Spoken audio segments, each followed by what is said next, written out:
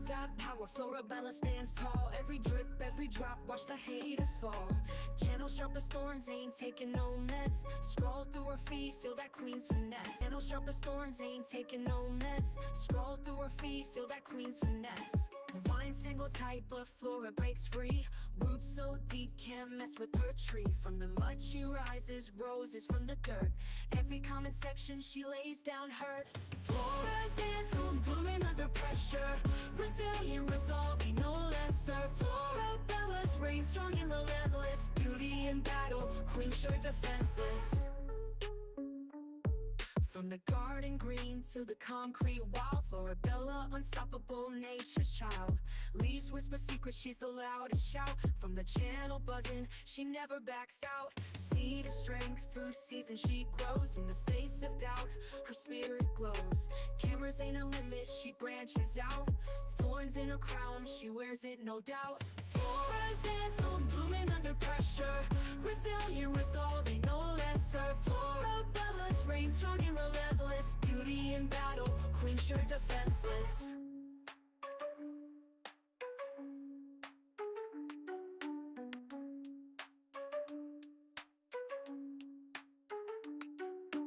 Flora's anthem, blooming under pressure. Resilient, resolving, no lesser. Florabella's reign strong and relentless. Beauty in battle, queen sure defenseless.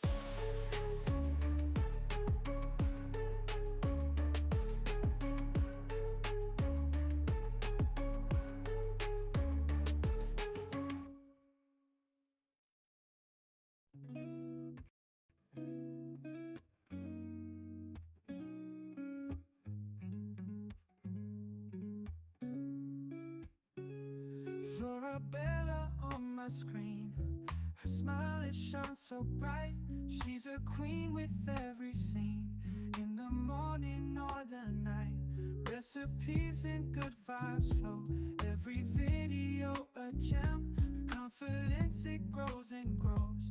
We're inspired like her friends. Unstoppable Flora, she's got that power. Spreading her aura, blossoming like a flower. Through the highs and all the lows, she remains so strong. Her spirit always glows. She's where we all belong. With every like and every share, we feel her energy. No storm too strong, she can't bear. She's setting us all free. Unstoppable Flora, she's got that power. Spreading her aura, blossoming like a flower. Recipes and good vibes flow. Every video a gem. Her confidence, it grows and grows. We're inspired like her friends. Unstoppable Flora, she's got that power. Spreading her aura, blossoming like a flower. Through the highs and all the lows, she remains so strong. Her spirit always glows. She's where we all belong.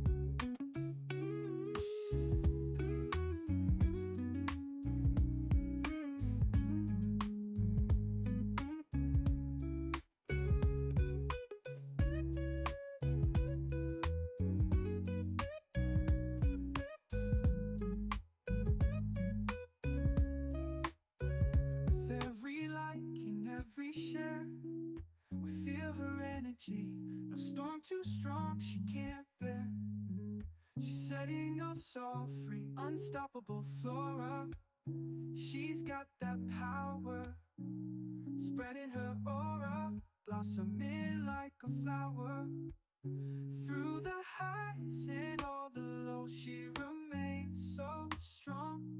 Her spirit always glows. She's where we all belong.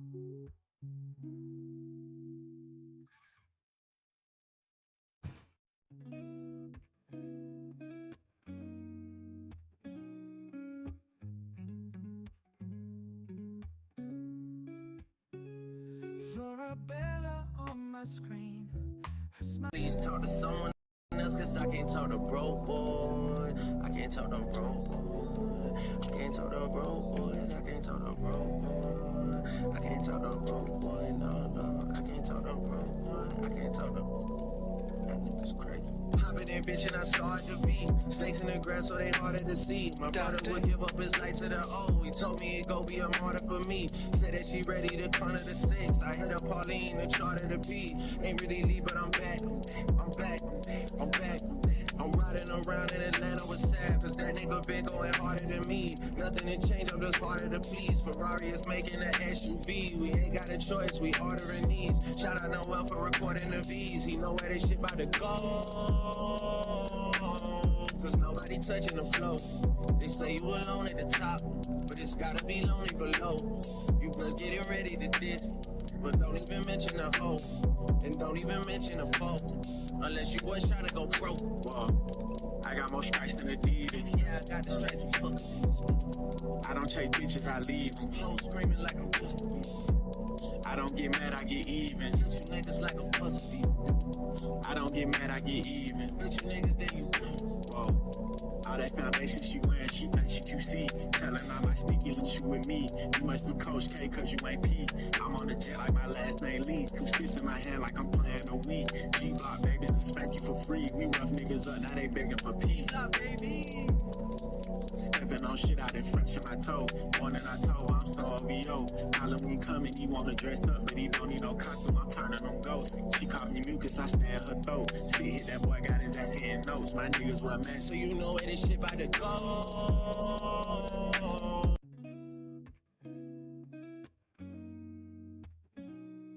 Okay, good morning. Good morning,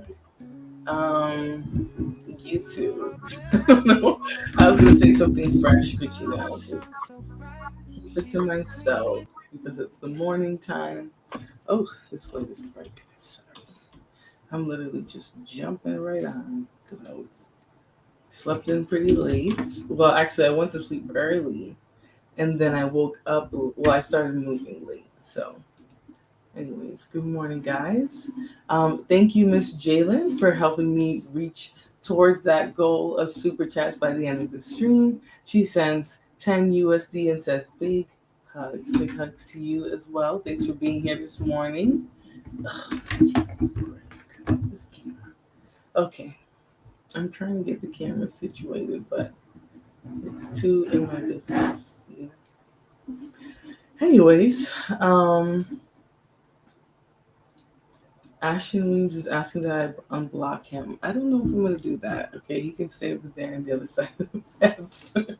Good morning, guys. Good morning, though. Good morning, Miss Jalen. We own the spot live. Good morning, Flora Mazuchak. Good morning to you as well. All right, so as you guys can see, the theme of the video today. Okay, so first of all, I'm going to just want to let you guys know that I'll be doing more of these bandit psychology themed, not bandit psychology, but you know what I mean. Like I'm going to do a bunch of these bandit shows where we kind of dig deep into the facts. We get behind all the fluff and the lack of accountability that group tends to exhibit. Okay, now we're just talking about bandits. Notice I didn't say race. But they're going to be like, leave the black man alone. Leave the black man alone. So, but we're here nonetheless. I hope you guys have a great morning. Miss Yellen, you don't even got to pay no mind to that bandit, okay? But thank you for letting me know, TMKC.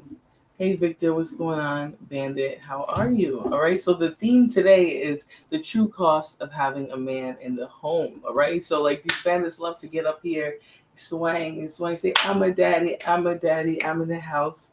And you see them, how they operate, their temperament, and you're like, well, that's no flex. But they insist that the data says that simply a man being in the home is a benefit.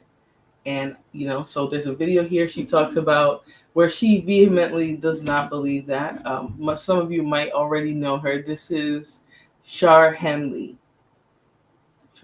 She dropped this video a day ago. Okay, so I encourage all of you guys to get out of this nigger sector and just kind of branch out a little bit to see what other people are talking about. especially because some of the questions that you have an answer to, they can help. So let's hear what Ms. Shar Henley has to say the true cost of having a man in the home is. Parents are most likely to cheat first. My father, I ain't gonna lie, you heard? My father, you heard me get in trouble, you heard? Legit. My dad, Why you say that? he be with girls every single day. My mom doesn't know. It's like he got like 5 girls at home right now, probably. Why you say that? Happened before. Huh? Happened before. How did it happen? I don't know. I was 8. Shit, my dad. My dad. Hell yeah. My dad. My dad.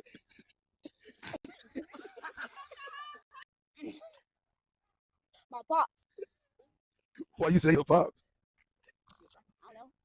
He be chill. You know what I mean? And my mom, she kind of a housewoman. So she don't like going out too much. None of them, because they married. If you were, You being innocent or you staying out of it? Like this? you being innocent. Why you say that? Yeah, dude. He a cheater. So Mom Duke's just innocent. Yeah, she was. So you guys hear that. Okay, we're going to obviously continue into this video, but so far you guys can sort of tell where he's at. Okay, so let's clear up any thoughts that we might have on the demographics. There's even, yeah, that's a police cruiser. Funny. Anyways, but and 9 times out of 10 it's boys, and they're saying straight up, yep, I know. I be seeing my dad cheating. Oh yeah, he brings a bunch of bitches up in that house. He did. A minute in, this is what these young men know and believe about their leader, right? The man in their house. Because sometimes in the Black community, you'll have people who'll be like, there's a subset of Black people, we knew our daddy. Their daddy wasn't shot. Their daddy wasn't shot.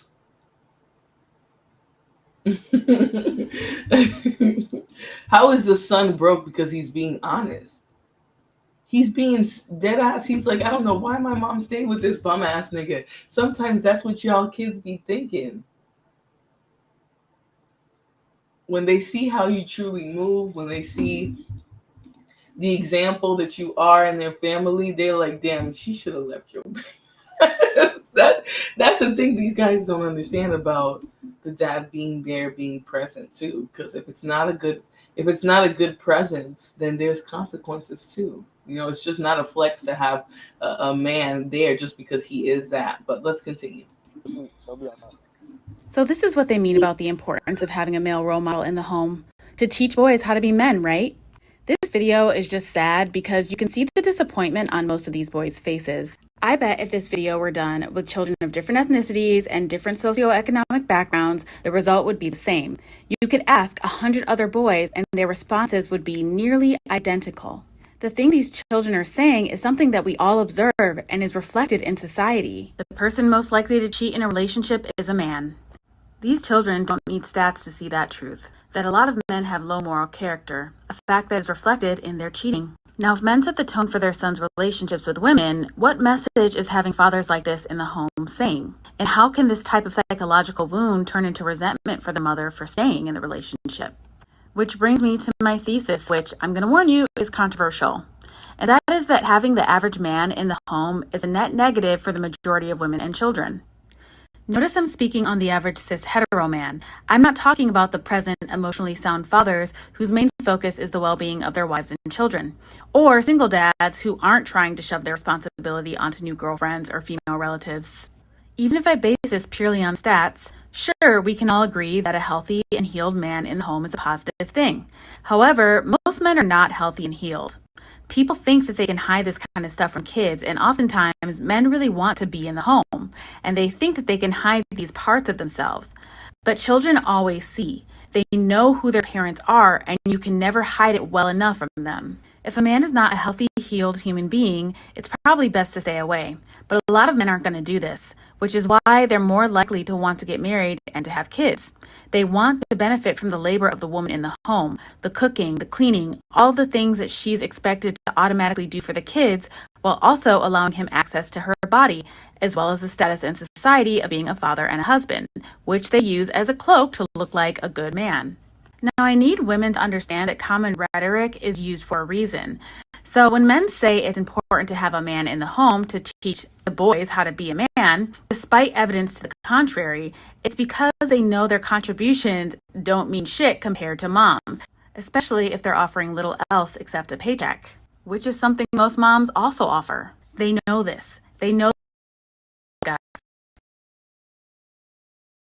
gaslit that if women were given community and resources and didn't make 70 cents to their dollar, that many women would find that their little paycheck is not worth having in the home to clean up after. And this is why women's access to money is one of the biggest things that the status quo goes after, because they know if the majority of women had the finances, they would not be with these bums who are traumatizing them and their children in the home, being a drag on the physical and emotional resources while also endangering the moms and the children. Did you know that in 95% of the mammal species, males have little role in raising offspring? Females handle the nurturing, feeding, and protecting the young alone, and oftentimes the male is kicked out of the den or the nest for the protection of the children. It's that time of year when the female bees kick all the male bees out of the hive, and they don't let them back in, so they either starve or freeze to death. Since mating season is over and the male bees don't do any work inside the hive, they are really just extra mouths to feed in the winter when food is scarce. So the female bees have to kick the male bees out for the good of the colony and so the bees can survive until spring. I could give you hundreds of other examples for what occurs naturally in nature, but I don't have time for that today. So if you get my drift, humans are the abnormal ones here. And I think that this is because of how our society has been structured by the patriarchy. And that is because most of our systems are set up to protect men over the welfare of women and children. And so the men get to stay. Also, did you know that the majority of violent crime and 90% of homicides are committed by men? This is from the FBI, by the way, another primarily male institution. So this isn't biased research. When men are in relationships and marriages with women, their capacity for violence is often minimized to their families instead of greater society. Women and children are the sacrifice. Look at that. And this is not, again, to try and demonize men who are competent, present fathers, because we know those exist and they create a great breed of people, right? But unfortunately, for a good portion of other people, right, the patriarch and their family, their violence it has to be like they said here, concentrated to the family, right? That's what keeps them team. That's their network, all of that. Hey, Robin. Good morning. Happy Saturday.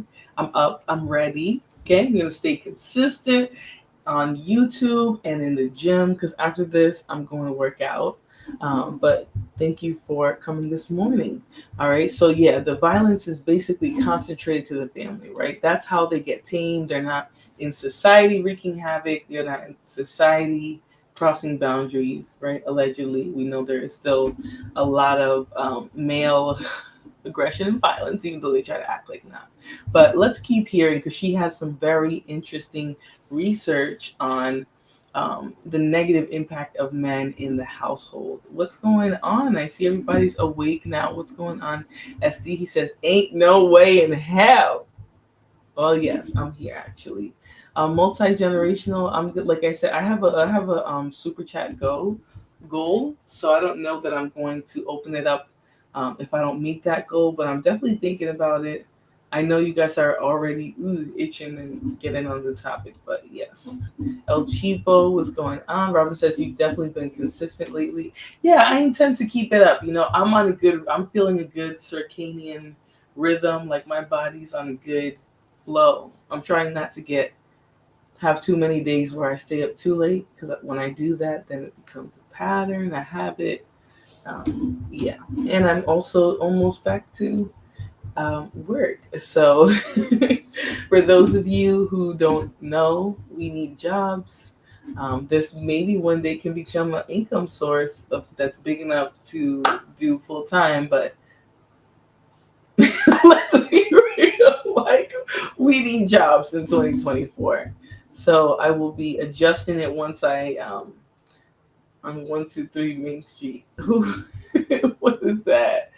SD, you need to get off of YouTube. All right, I think it's making you strange. But all right, so that was a very significant thing. So I'm gonna go back about a minute, so those who are coming in can sort of hear what's going on here, and you will see what is sort of being said here. And so they either starve or freeze to death. Since mating season is over and the male bees don't do any work inside the hive, they are really just extra mouths to feed in the winter when food is scarce. So the female bees have to kick the male bees out for the good of the colony and so the bees can survive until spring. I could give you hundreds of other examples for what occurs naturally in nature, but I don't have time for that today. So if you get my drift, humans are the abnormal ones here. And I think that this is because of how our society has been structured by the patriarchy. And that is because most of our systems are set up to protect men over the welfare of women and children. And so the men get to stay.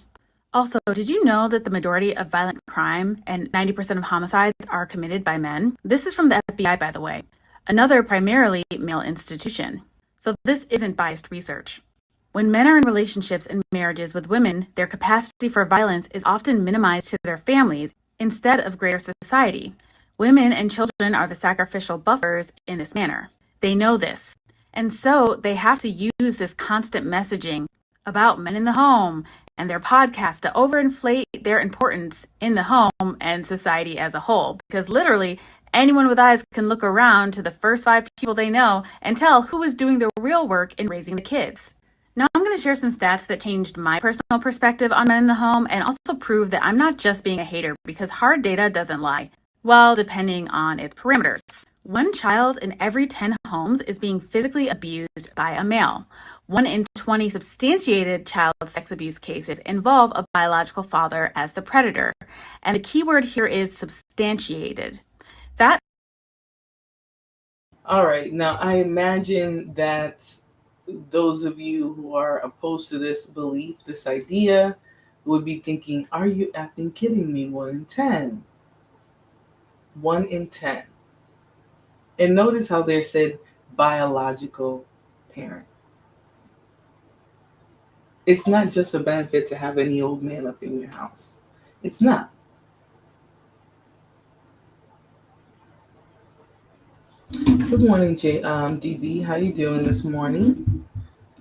Let's continue because she's really going to dig in it and she's going to show you guys where these stats are sort of coming from and what they mean for women and children in households versus single parent households. That means those people who have gone through the system and had those cases validated.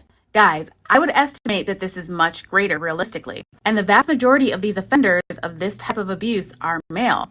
And according to the Department of Justice, 80% of the perpetrators of this type of abuse, with stepfathers increasing potential harm to a child's life by 80%. These figures are from the government that's full of men, okay?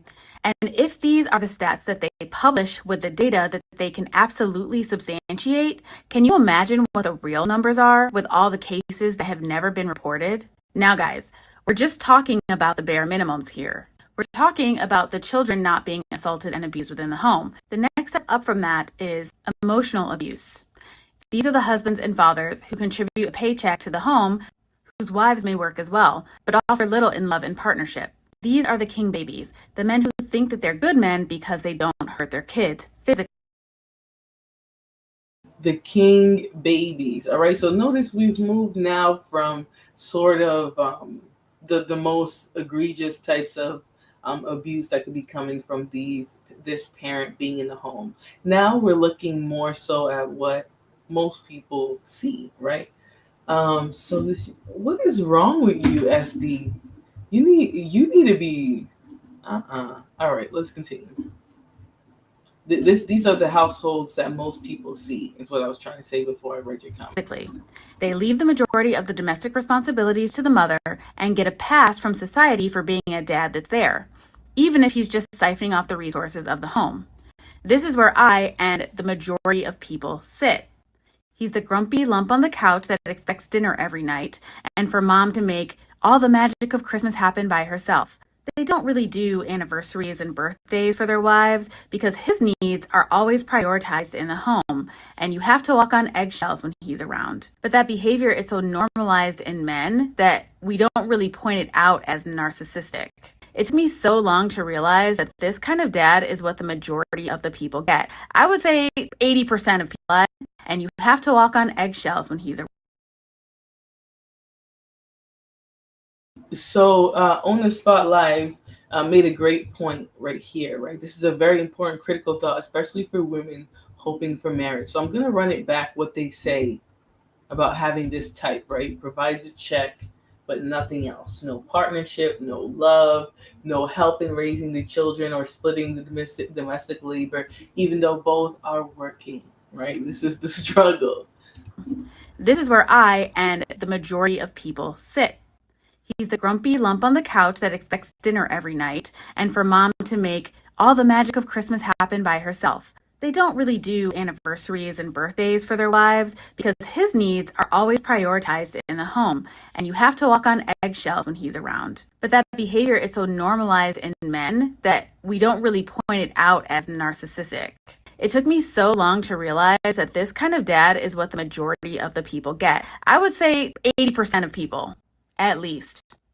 It's super rare to have emotionally connected, caring, involved fathers like we see on sitcoms. But there are some people that I need to give their flowers because younger fathers like millennials and Gen Zers are becoming much better and more involved parents because they grew up in homes with their fathers who weren't super active or emotionally supportive, and they want to do better. Millennial dads are the most involved dads ever, according to research.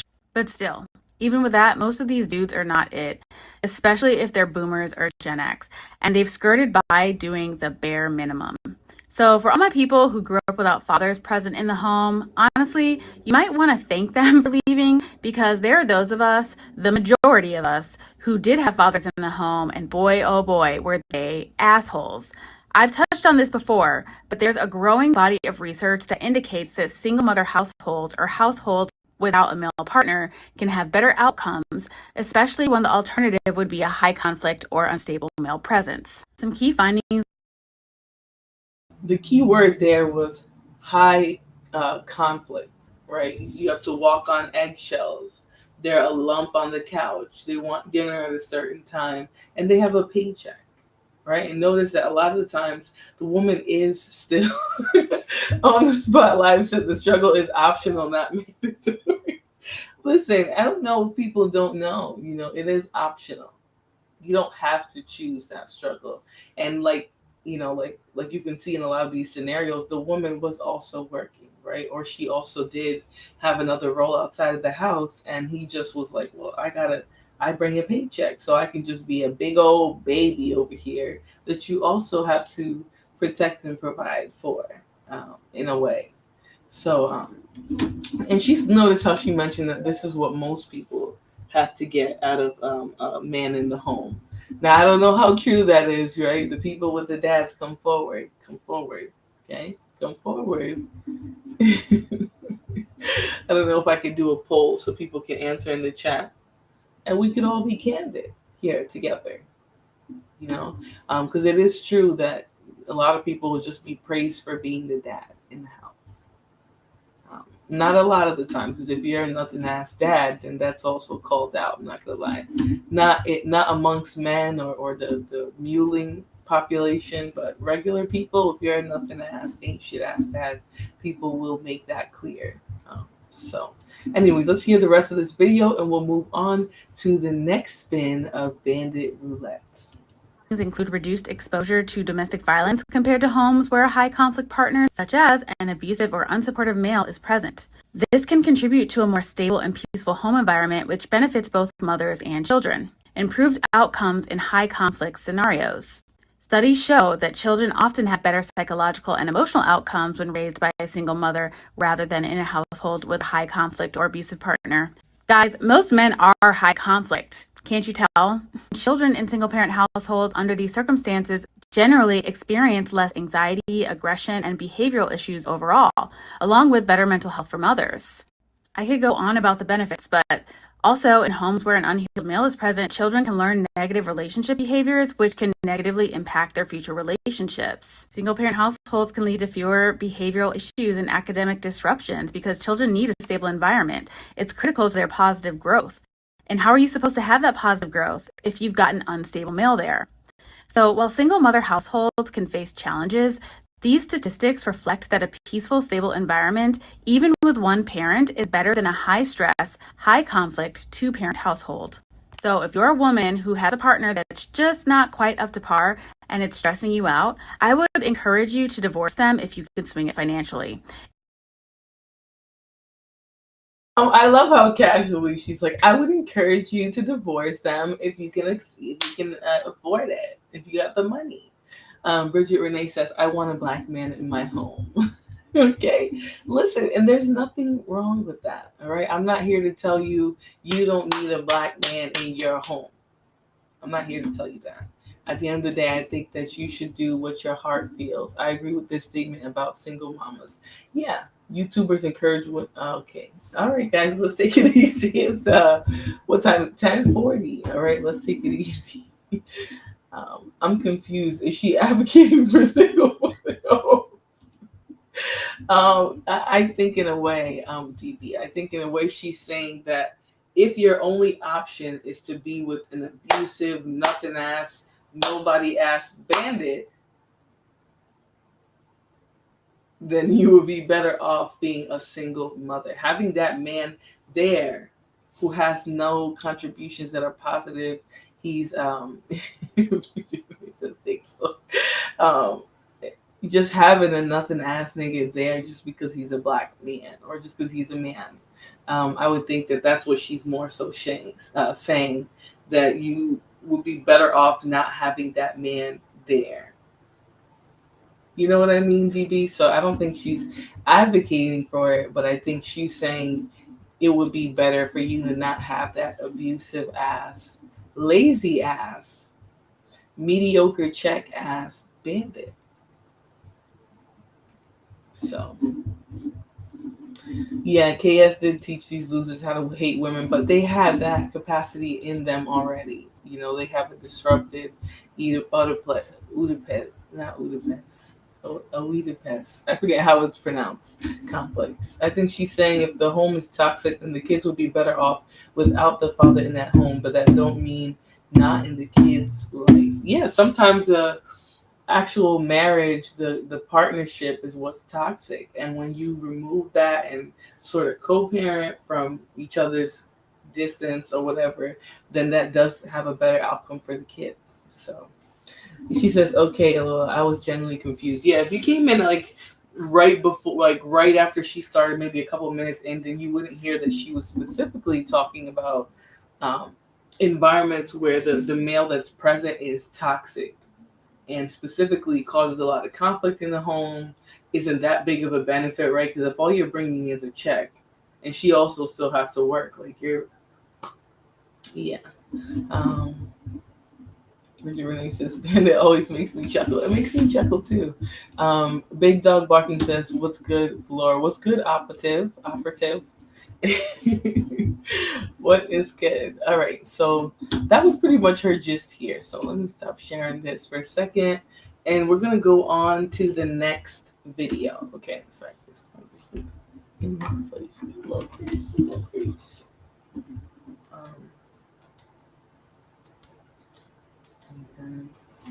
There we go. All right, so the next one is actually going to be shifting gears a little bit, right? So now we're going to talk about sort of the everyday conversation when it comes to bandits. And notice how this says bandit roulette. So the subjects aren't going to be completely related to the title, but that's sort of the theme here. But the next one that we're going to get into actually is a older footage of conversation between black men and black women, and specifically about families and stuff like that. So we're going to have the conversation. Obviously, if you guys watched any of the big YouTubers who sort of shook these sort of spaces, then you've already heard this conversation, but you'll hear this one here.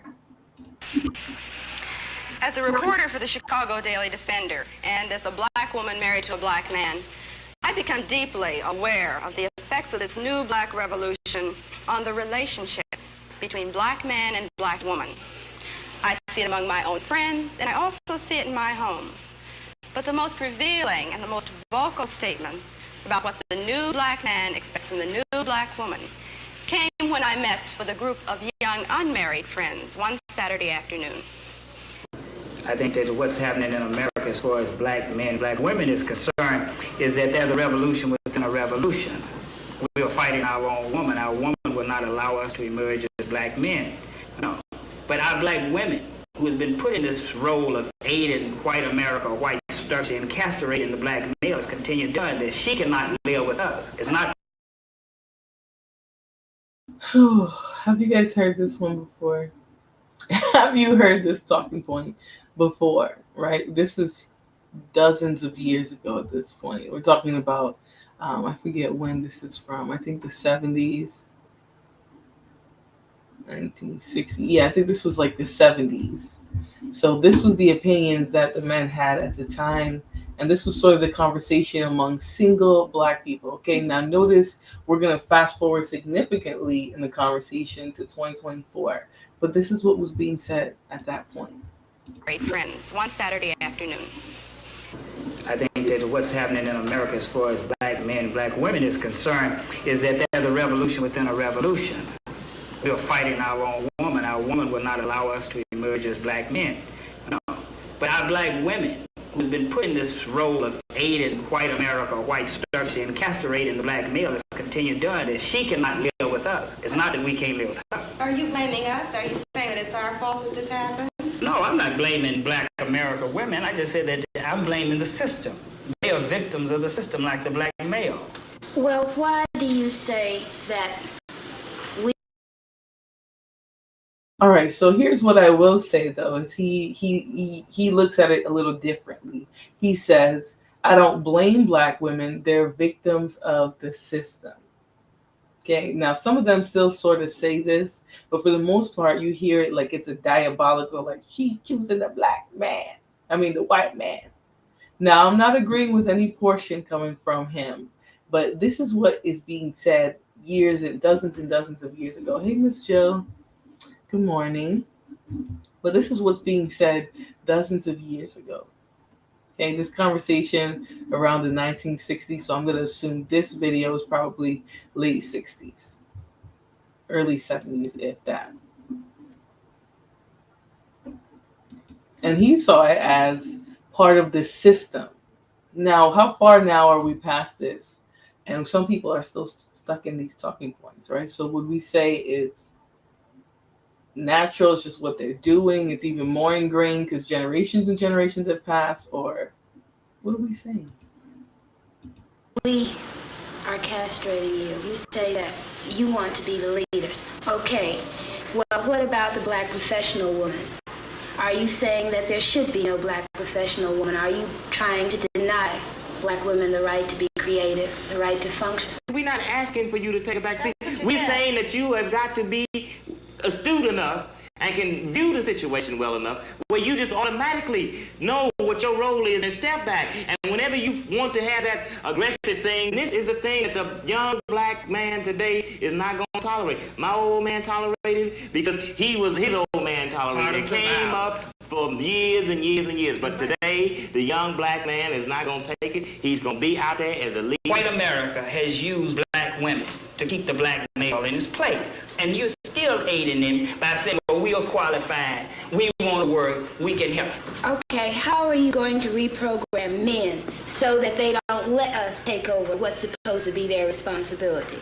And men that I have had dealings with, they are perfectly willing to sit back and let us do anything we want to. I don't think you have to reprogram men. I think you have to reprogram women. No, you have to reprogram the man so that he will forcefully take what belongs to him because you... So back then, what she's saying is, well, if you want us to acquiesce and sort of follow your leadership, how are we going to trust that you'll do that if you guys will sit here and let us carry the load, protect, provide for the family, make all the money? I mean, if you're such big bad man, why are you guys comfortably sitting there with your legs up, with your arms up, while women do all the providing for? 50 years of crying and no results. Exactly, Sugar. Exactly, Sugar Mom. It's the same talking point. The only difference is now they're more angry. You know? At this point, he was just saying, like, let us lead. Begging. You're begging to lead. I mean, at that point, it's not, you're just not capable, I think, if you have to beg to be given the opportunity to lead. You know, women, as long as we can get, we're going to get, and it's part of our being. We're going to do anything to you that you let us, whether we want to or not. You don't want to live on the level of income that I can afford you and love me on the basis of that. You want to always be aspiring to have all those things that's a part of the great middle-class white American society, and because I can't deliver these things to you, you say that you are not a man. I don't measure a man by how much money he can bring home. I measure a man by how he treats me. Whether when I'm tired and I'm sick and I'm scared. So it's obvious at this point that at that point, women were dealing with not only broke, because she didn't deny that these people were broke, but she also mentioned that it was bad treatment. Like, I go by how you treat me. So if you're not treating me well, then, why would I, feel whatever? Roy says, what's good?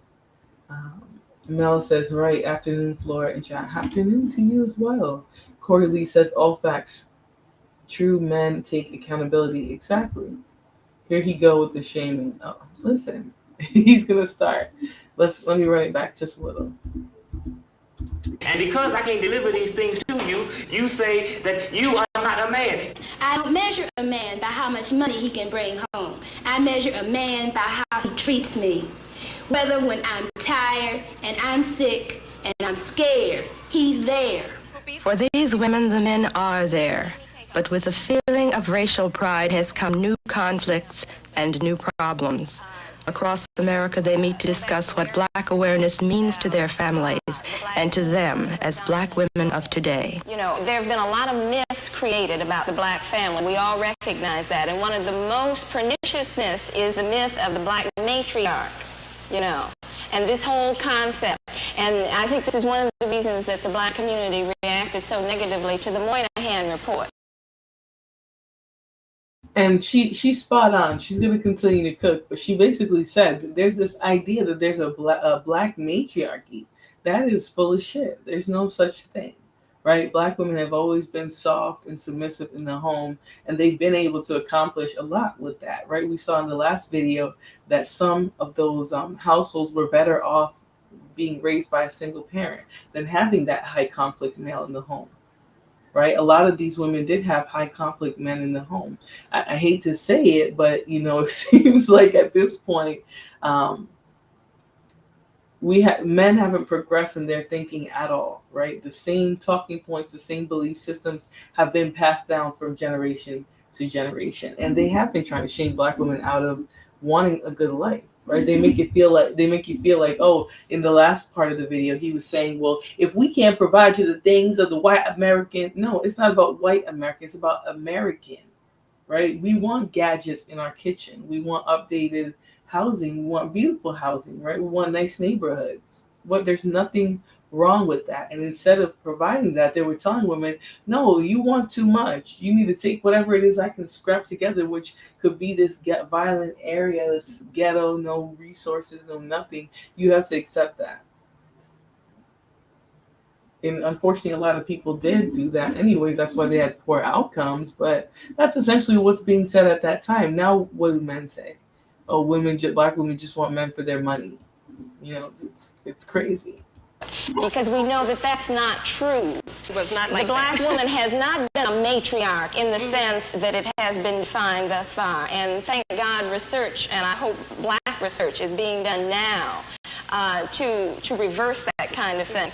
In fact, the black woman has been a woman at the head of a household, not by choice, but by necessity. And more often, that's right, and more often than not, she is not a strong, matriarchal, aggressive, domineering figure. She is a woman in search of a man.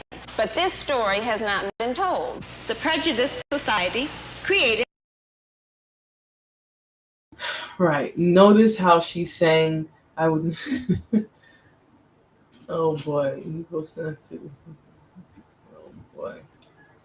He should have said, as black people, we should protect our interests. Black men are fighting a losing battle for the most part by engaging in gender conversations with women. It's funny you guys can say that after the fact.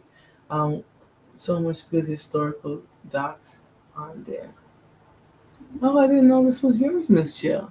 But yeah, it's very interesting, you know. I didn't know this was yours.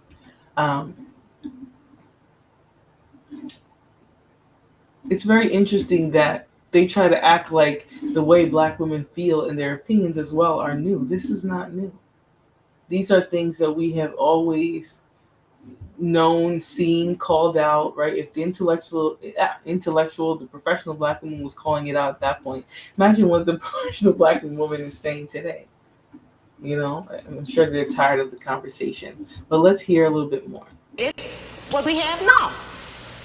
So that's what we were. Okay, we have a revolution going on. Well, what kind of a revolution? We're in an evolution. I think the revolution is yet to come. Yeah, it's the well, this thing we will keep tossing the word revolution around lightly. Actress Val Ward performs the works of our black poets and dramatists.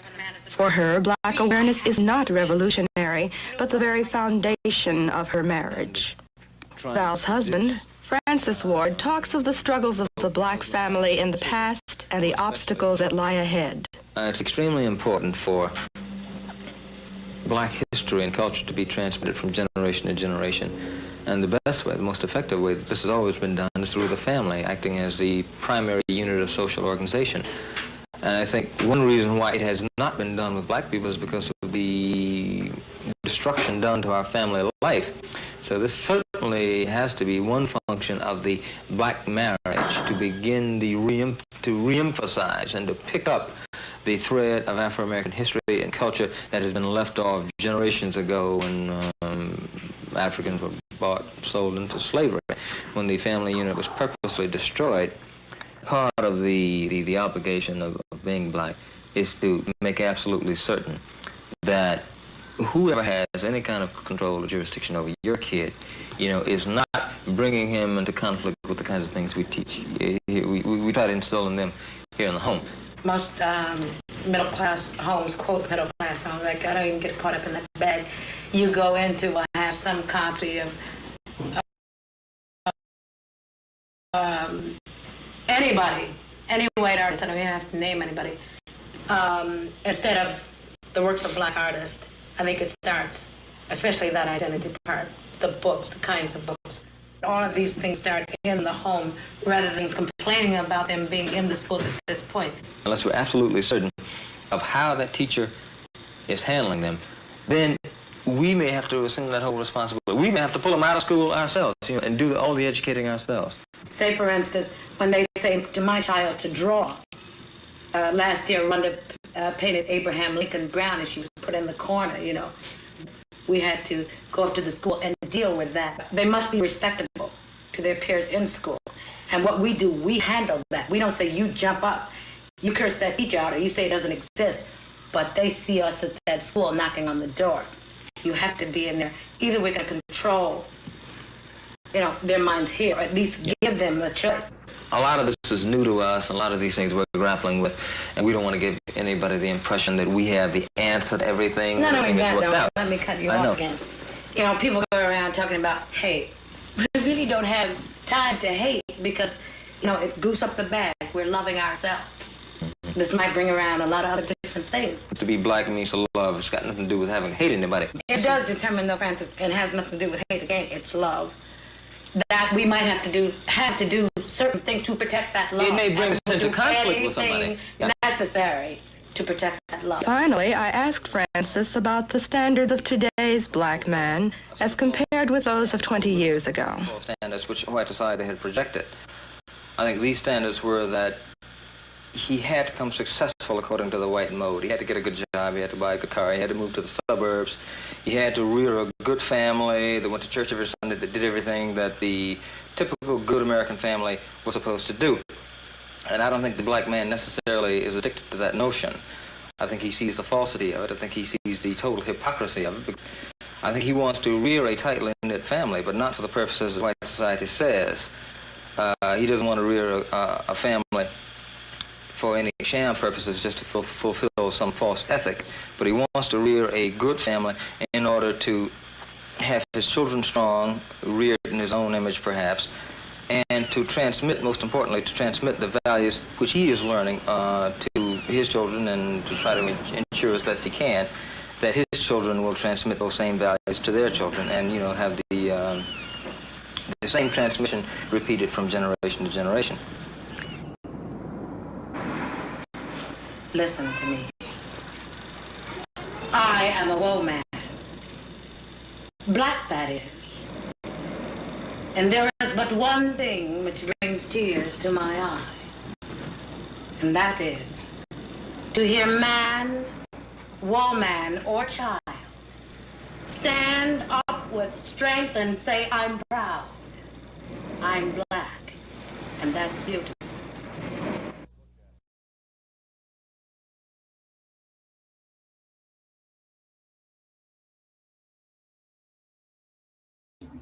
All right, so let me move on to the next video. So that was just sort of what I wanted to touch on.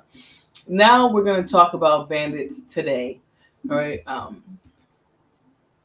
sort of just going to be sort of going up about a few different conversations, but one of the ones that I want to go over today is a passport bro getting fired from his job, right? This is sort of what we're seeing now, is this strange, desperate man You don't get 2 weeks with poor habits. You know, they say that they're seeking a wife and a family and whatever the case, but really they're just playing around with life. They're not capable of being good partners or anything like that. This is just pure dust. This is what we're looking at here. So he does a longer video on this. Make sure you guys go check that out. But he does a short one just sort of talking about what happens with this dude when he takes 5 unapproved PTO days to go and trick in another country. All right, let's get into it. vacation your first. So you're saying I would have only had 3 excused days out of the whole year of working? Yes. That's insane. Everyone. But that's insane though. 3 days? And then you go and do this. You know what I mean? You ask for 5 days off, right when we let go of someone. I know. That you just got to fight with. 5. That's ridiculous. It is? Yeah, that is ridiculous. Like, well, they said attendance and... Oh, that almost slipped. So he said right after we just let go of somebody that you got in a fight with. So not only did you miss work, we're unreliable, but you caused us to have to get rid of an employee because of your dust with him. And so maybe he beat your ass, right? That's why he had to be let go. But without you, we probably would have been better off. That's essentially what he's saying there. So let's continue. Your work performance was garbage too.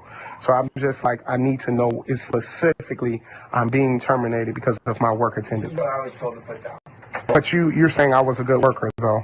Are you saying that or no? Trout. I think we were talking with you.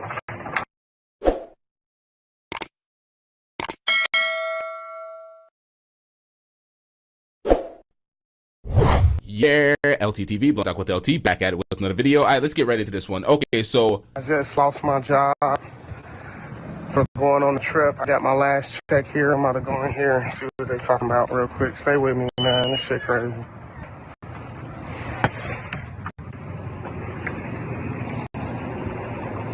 Hey, G. Can I talk to you real quick? I got some questions about my check.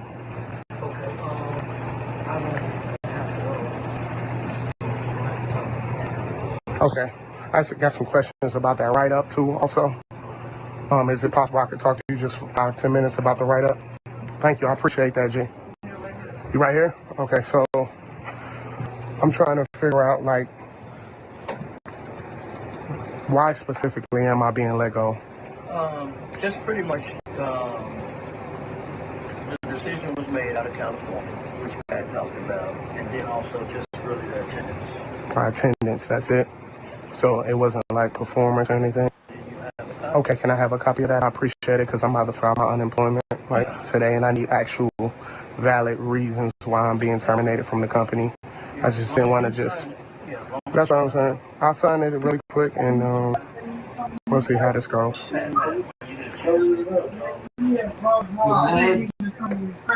Evan. I want to go on my hoodie too, Patrick. So he wants to sign the he had a question. So I wouldn't be able to I got this last check. Let's do the write-up first, then I have questions about my check. Okay, now let's go talk about it. Yeah.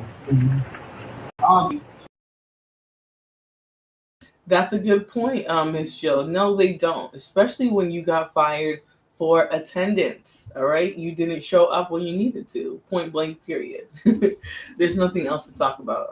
On the Spot Live says attendance. You have to come to work to keep your job. Period. These are simple things, and this man is like 50 something, and just lost a job that he had for a month after no showing when he was denied PTO. And they recently had to fire somebody because he got in a fight. Messy ass bandit. Let's continue. For real, I don't get scared of that shit. Acting like that, but I do it. No bitch, no hoe, none of that shit, bro. I don't try to do that shit. Yeah, and like you can check off if you agree or disagree, and that's what you would do it. Long time ago. So can you just read? I don't understand. Like, what's the specific reason? Because I need to know for my unemployment situations. What's the specific reason I'm being let go from the company? It says attendance. Attendance. Yeah, attendance.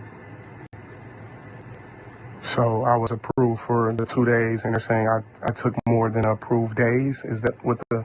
Yeah, you actually were denied the 3 days, and you took them off anyways. So it looks like insubordination? Is that what it looks like? Or does it just look like I just didn't show up? Because I need to know specifically, because I'm filing for unemployment. Yeah, I mean, it was approved for only 2 days off and 3 extra days off without approval was what the write-up was for. Yeah. And then the action to be taken was dismissal based on general attendance. That was what was told to me. Okay, so that's the actual. So are you guys gonna deny my unemployment if I don't sign that? Is that it? I don't really have anything to do with that aspect of it. So you would have to contact someone in California about that. Okay. But yeah, I don't know what that process is.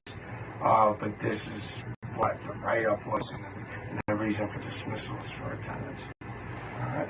Okay, so can I go ahead and read over there? Because I actually do want to sign that. Yeah, no problem. Because I don't want you guys to try to object to my unemployment I'm filing. It says was approved for, and I'm being terminated because of general attendance, basically. Yeah, man. I think it depends on. I think it depends, but I think when it's a fault of your own, like you did something, then you could be denied unemployment. Sometimes they'll just give it to you, but especially if the company's not opposed to you getting unemployment.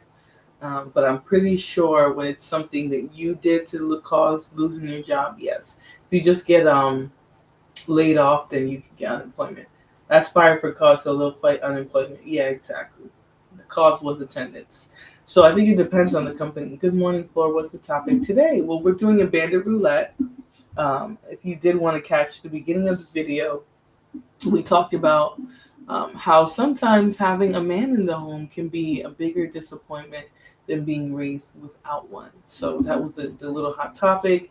We looked at an older video about the conflict between Black women and men, and just to compare to see how similar it is to today. This is weird. He knows he didn't come to work. He made the decision. Why is he questioning these people? Right. Most companies would be like, go yourself. You didn't show up to work. Now don't show up here. Right. Security. But maybe they felt bad for the dude and were like, all right, let's give him an explanation. Or like he was just super pressy and they were like, whatever. Let's get this guy off our back. He's not going to stop calling or coming by. He needed to pick up a check anyways. So it's not just attendance. He was fighting. Yeah, if you listen to the beginning of the video, he's like, yeah, we had to effing fire somebody that you were fighting with. Who knows if that person would have still had their job if you didn't come, right? Like they were clearly feeling regretful for keeping him over the other employee.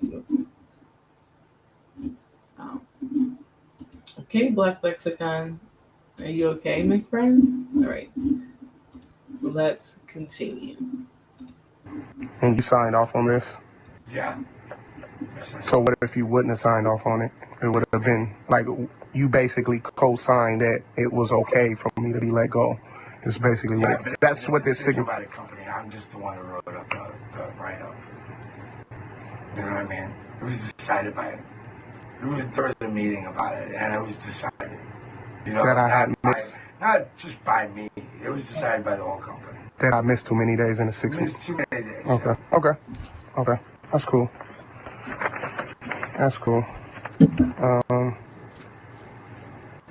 And all right. I mean, you had an option when you asked for the 5 days off, if you wanted, and you knew that there was a chance you were going to lose your job if you took those extra 3 days, and you decided to do that. You know? I'm just my grandma basically, right? And she's not. I thought you guys were going to be. Yeah, but that doesn't mean that just because you said you're really close to your grandmother, that doesn't mean that you get to take 10 unpaid days off a year to go visit her. I'm just sorry, it doesn't. It's in the first 7 months. I'm just being honest. I'm just being honest. Like, if you go get another job, So it depends, right? Like if you just get your ass whooped at work, like meaning somebody attacks you, then they're not gonna just fire you as well, right? Especially if there's documentation of that and all on and on. So if you got your ass beat, no, they're not just gonna fire you. But if you guys were like mutually combating, usually, yeah, they'll fire both of you.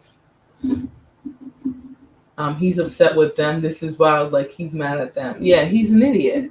And the funny part is Jay Rillo has he's already had one instance of going overseas and not having enough money to come back. Like he needed a job. He couldn't afford to lose this job. And yet he did because he's irresponsible and he wanted to go pay for ass overseas. Right. He thought, here goes the lies. It gets worse. Yeah. It's just he needed the job. He had no business losing this job, and that's what makes it funny as fuck. So yeah, make sure you guys hit the like button, subscribe, share, send a super chat, send a kia, whatever you guys heart desires. I would appreciate it. All right, feel free to do that. Anyways, let's continue. to another job, just realize that that's not gonna jive with most jobs. I'm just being honest with you. I want to tell you to be honest with you. Okay.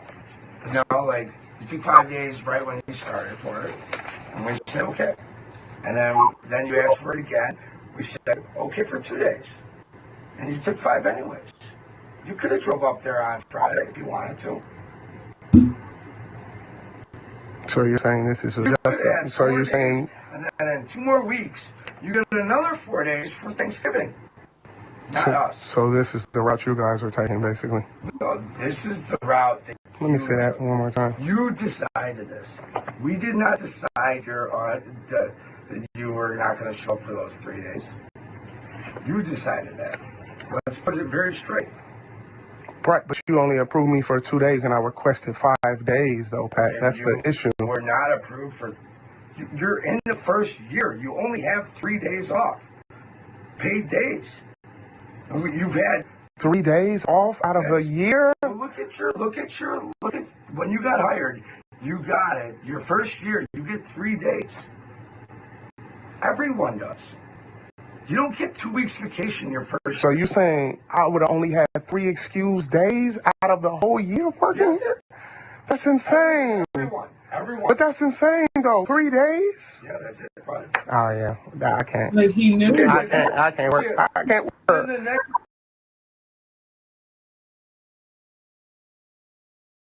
That's insane. But 9 times out of 10, vacation days out of year, for me, that would have been a skirt.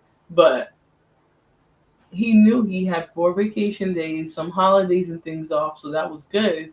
But he knew what he was limited to. So, yeah, Miss Jalen, my last job was 2 weeks after a certain amount of time, plus all the accumulated sick days and things like that becomes another couple, almost another week. I fired people, and sometimes it went good, bad, but this is a level of audacity I've never seen. Yeah, and you'll find that with these bandits, especially the bandits who come online and beg for a living, like the ones who do that as a career. They will have an audacity like no other. They'll be like, well, I didn't show up for my job and do and meet all the obligations of my contract, but yeah, DB. Yep, that's what most of those packages are coming with. Yeah, the ones that we're taking, that's what most of them come with. Plus sick time and bereavement. So if anything happens, you do have bereavement time. The employer is actually being very patient because it's a lot of times to explain to someone what they should already know. Yeah, he definitely knows that. 1, 2, he came in there like playing dumb. Like that's what a lot of these dudes will do. They'll go to these jobs and play dumb and hope that people give them like a second chance and things like that. But they're very well aware of their lack of qualities as an employee. Even we at times question this thing that drives our, okay, you're just being weird. This goes to show that level of entitlement is applied in every aspect of their jobs. Entitled to women, sex, jobs. That's exactly true.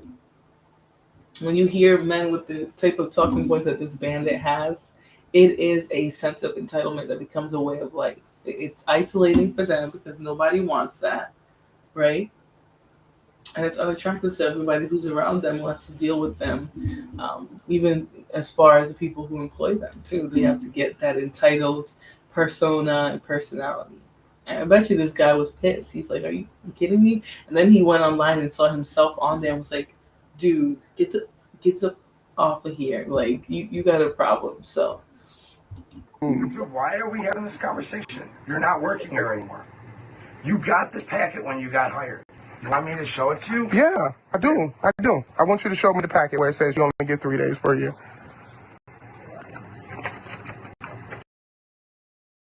He said, I don't really care. Why are you here? You don't have the job. You knew this when you got hired. What did I just say? He knew all of this, and he's there trying to argue with this man for what? I don't know. Trying to antagonize him into some sort of interaction. He's like, well, you lost the job. Do you want me to show you your contract, the one that you signed, dumbass? Right? Dealing with these bandits is a lot of work because they play so stupid. They love to play stupid. Davey says, I'd rather use mine till the end of it as long as it's paid out to me. Yeah, exactly. You want to wait until you've built it all up for the year. You got some extra sick time and 2. That way it's stacked. Boom, use it all in one moment. And a lot of times your employers know you're going to do that anyways. Who wouldn't want like a good 2.5 weeks out, enjoyed, paid, versus taking dib-dab days here and sort of missing out on money? It's my last check, $1,078. I'm sorry, guys. I'm losing my whole job over this trip. I'm fired.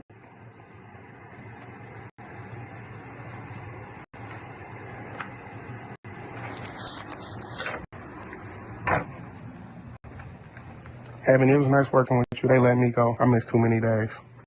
So.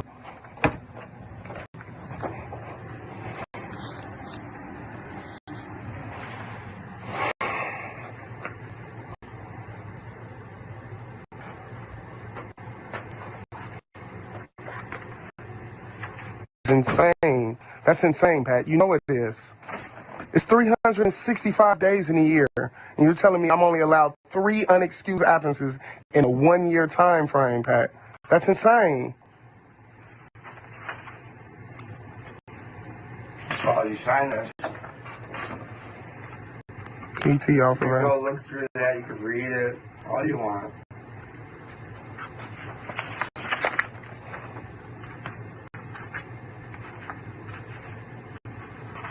I think we were pretty lenient on what you needed.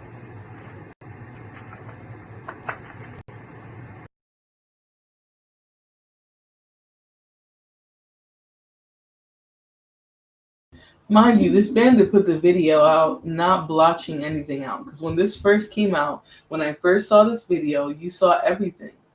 Things weren't blurched out.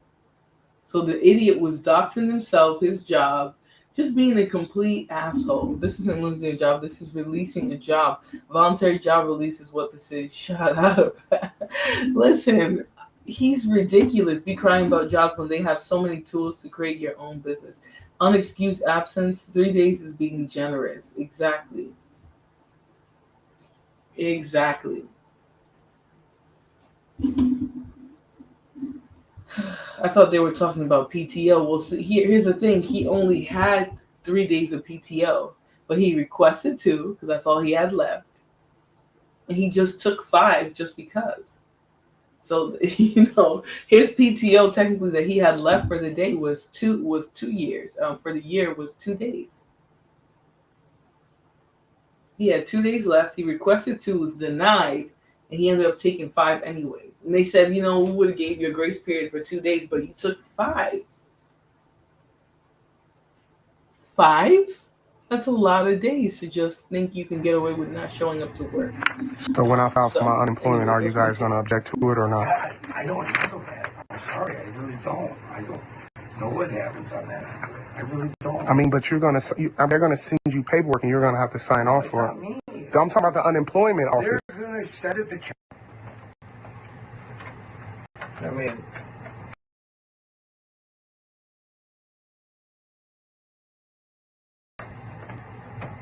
So it's no performance was garbage too.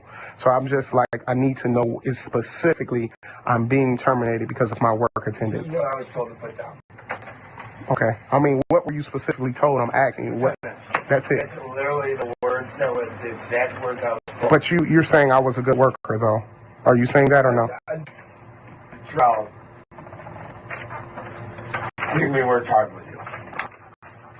We did. And I think you worked hard. And I like that you were showing improvement. That's why I did. And also, I don't know. I thought you showed improvement, but and then you go and do this.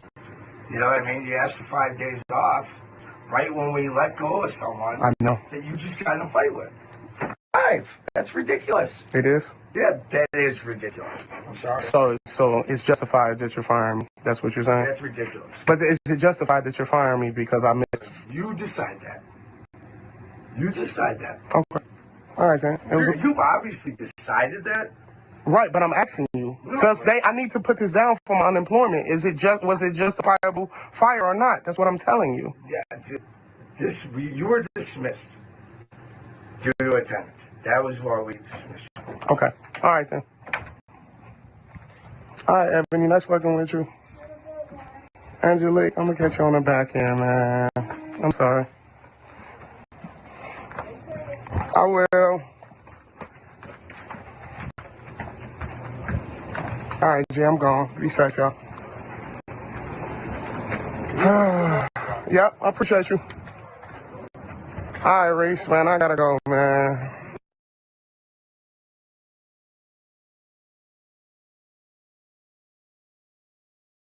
And that's a good point, Victor, but at the same time, that's why he should have been acting at his best behavior. You're not going to get into a fight, recently cause somebody to get fired, and then miss 5 days of work that aren't approved. You knew what job you signed up for, and they probably need consistency. Damn well it was justified. Exactly. Wasting that man's time on top of that. wasting his I'm time gone, playing dude. games. I'm gone. So Let me let's go. watch the rest All of right, this, then Vic, we'll move on to man. the next. I know, man. I got fired. I missed too many days. They fired me. They missed it.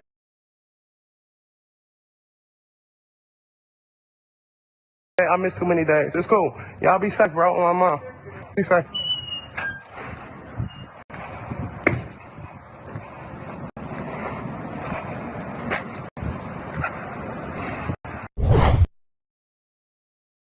Listen, I love when the videos are right to the mess, all right? We don't need to hear all that extra stuff.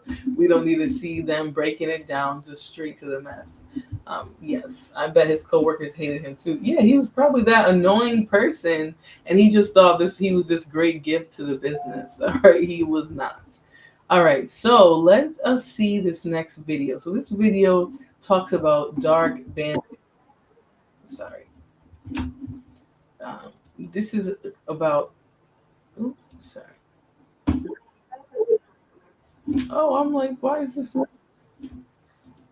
not getting where it's supposed to? Sorry, y'all. All right, next video. So this video is going to talk a little bit more about dark bandit pathology. She specifically talks about straight men, supposedly, who hate women. All right, and how it's sort of a culture, a theme. So it's not really her. She's sort of reviewing a bunch of people, but it's fine. She's not one of the type that talks a bunch. I am doing a straight up review of a review.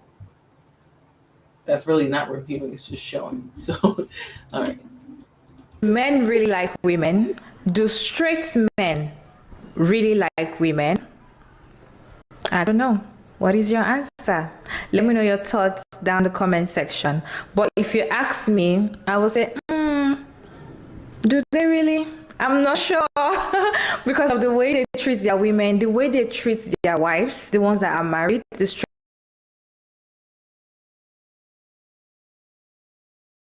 men that are married to a woman. Sometimes you just be like, do you really like your wife? Like, do you really?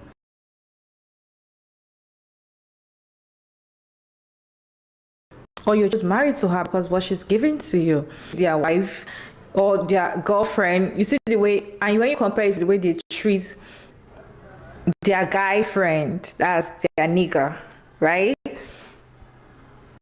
Can't be compared. I put up videos together. Let me just say, not their nigga. Watching someone watch someone watch someone. Yes, let's have it. She just been talking. But she's going to play some videos of women talking about this and sort of showing examples of it. All right, let's go. End of the video. The most eye-opening thing I ever learned about men was from my college human sexuality class, where the professor told us that men don't actually like women. Not all men. Sure, but hang in. He said that the way that our society socializes boys to, quote, become men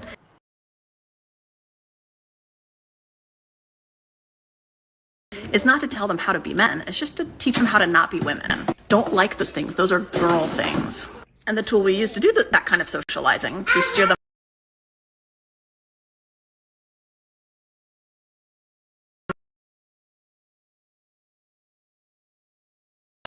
but they are also taught that their sexual attractiveness to women and their ability to get women is a status symbol in front of other men. So they will sexually pursue women, but they don't actually like them as people. This is how patriarchal masculinity socializes men, and why shame, violence, and disgust are so intricately linked. In this world, there are straight men who do not like women. I think there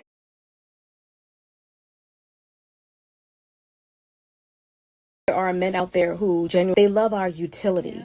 They want you to cook, they want you to clean, they want you to have their children, but they don't want you to have a say in anything. They want something to be dominated, something to be controlled, even in the way that they're intimate, smashing. They don't want to call it. I don't know why it's doing that, guys. I don't know why it's doing that. They love our utility. They want you to.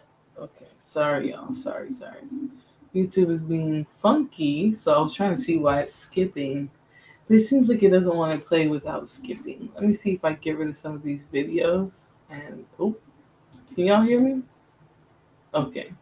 All right, so I didn't get rid of everything, just what I needed to get rid of. Let me try this out. All right, hold on, guys.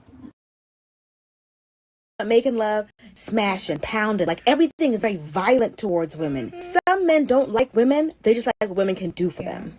And I think that's why some single men are so upset with single women these days, is because they wanted all of your utility that they did not appreciate, that they did not value. They wanted it in exchange for a wedding ring.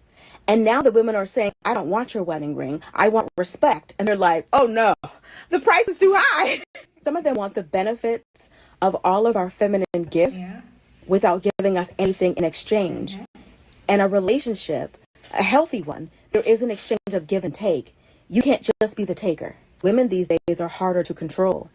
You can't control us with money, or if we have your child, or if you marry us, you can't just control us. Like, these women these days are willing to walk away. Women are asking men to step up. All right, so it seems like YouTube is just like that. But yeah, she's making very good points here. She's talking about a lot of the things that women in the past didn't have the option to do, right? They had to stay in these terrible, unfortunate type of relationships with zero respect, zero boundaries, all of that. They had to deal with that because they had no other options. They were limited, right? Versus today, women aren't just going to sit around with your dusty ass when they can go and make the same, if not more, than you, depending on their education and their training. So, yeah. Let me see here. I was going to look at the comment.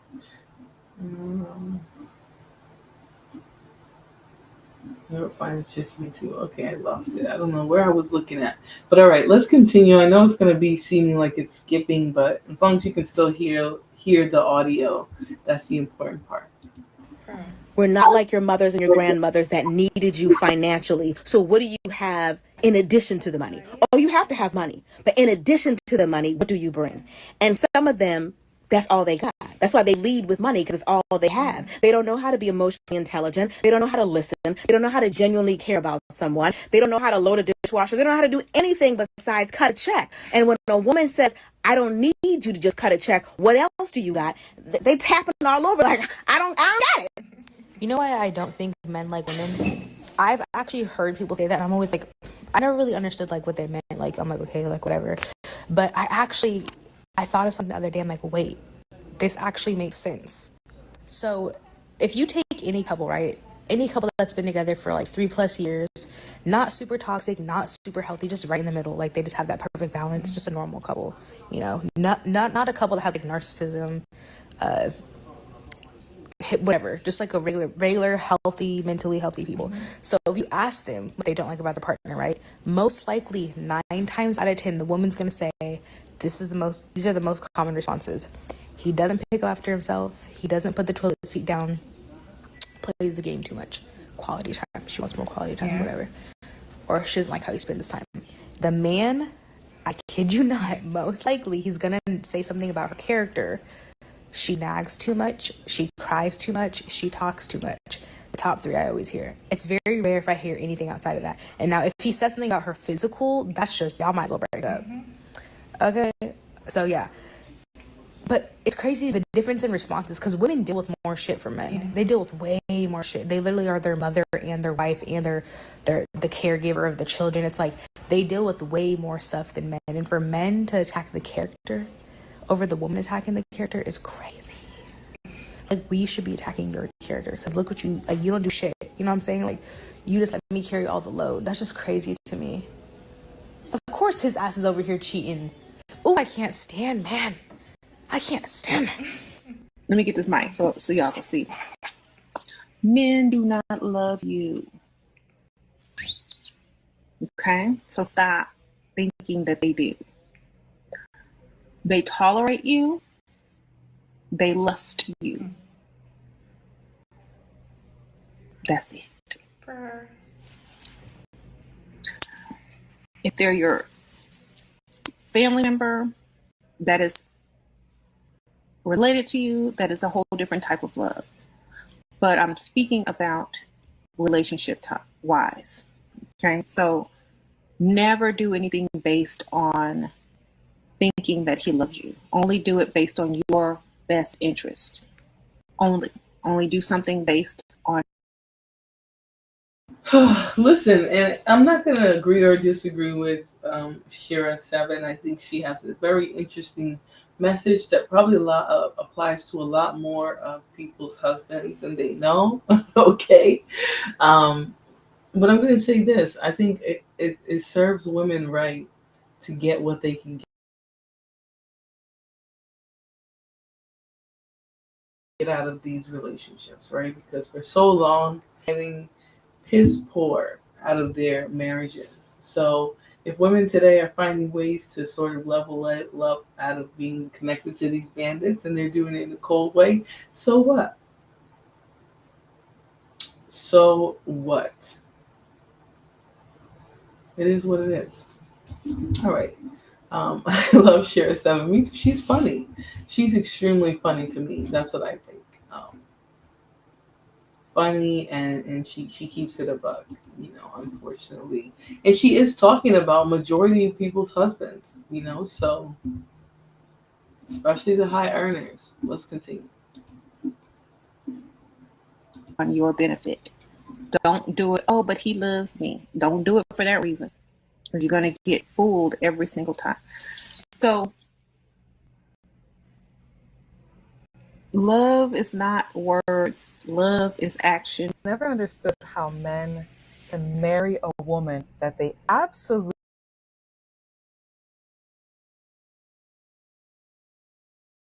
hate. How they can be with a woman who really want to take a woman's life they lay next to every night. I thought about how there's so many women who say, I'm single and I'm happy, I'm thriving, I'm living my best life. And men attack her. Oh, you're a liar. That can't be right. What are you talking about? It made sense. Yeah. Men hate the idea of being alone.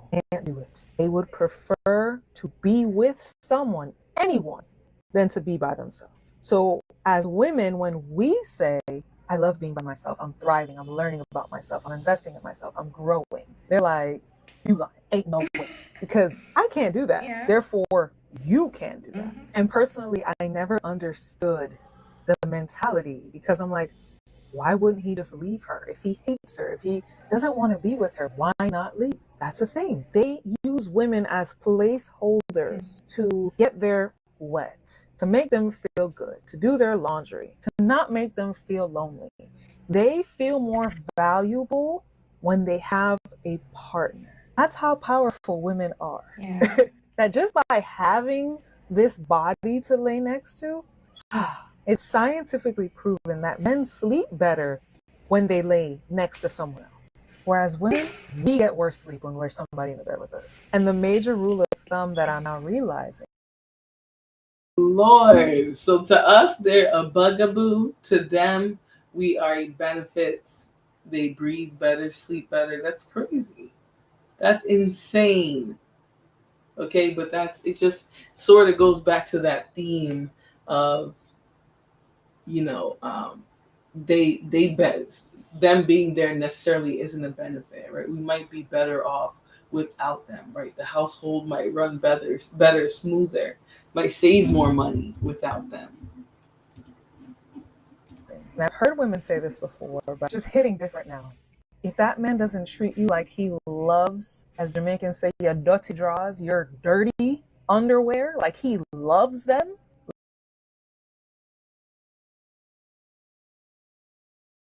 leave with you.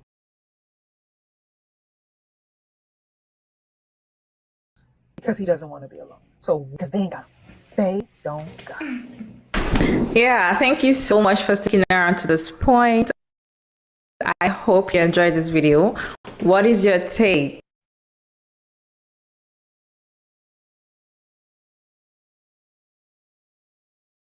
Sorry, y'all, I was muted. But yes, so you guys saw that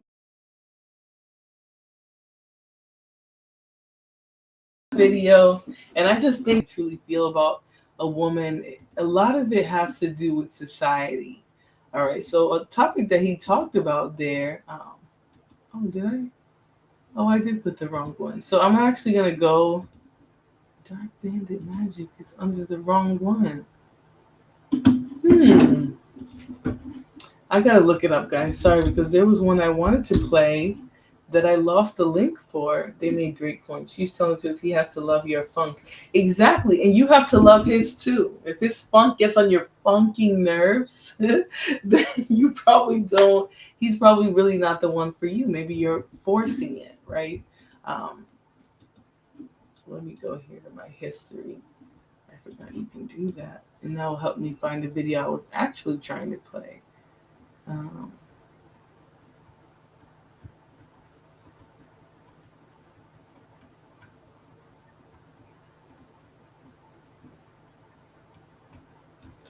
Wait a minute.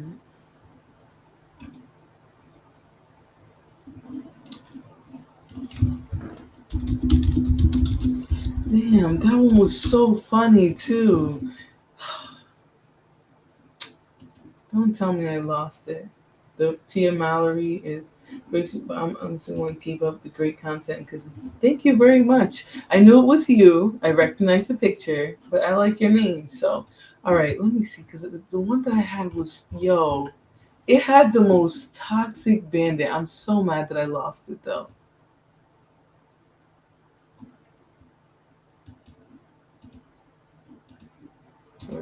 This is not the one I want to play right now. Damn, Dark Bandit Magic. How did I lose that one? That one was so freaking funny too. And it's not even in my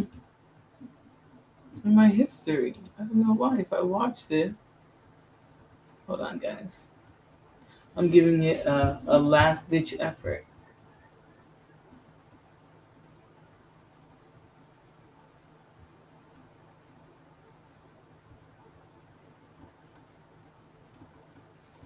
Oh, maybe I was too far. Hold on guys. I think I might be able to find it. Hold on.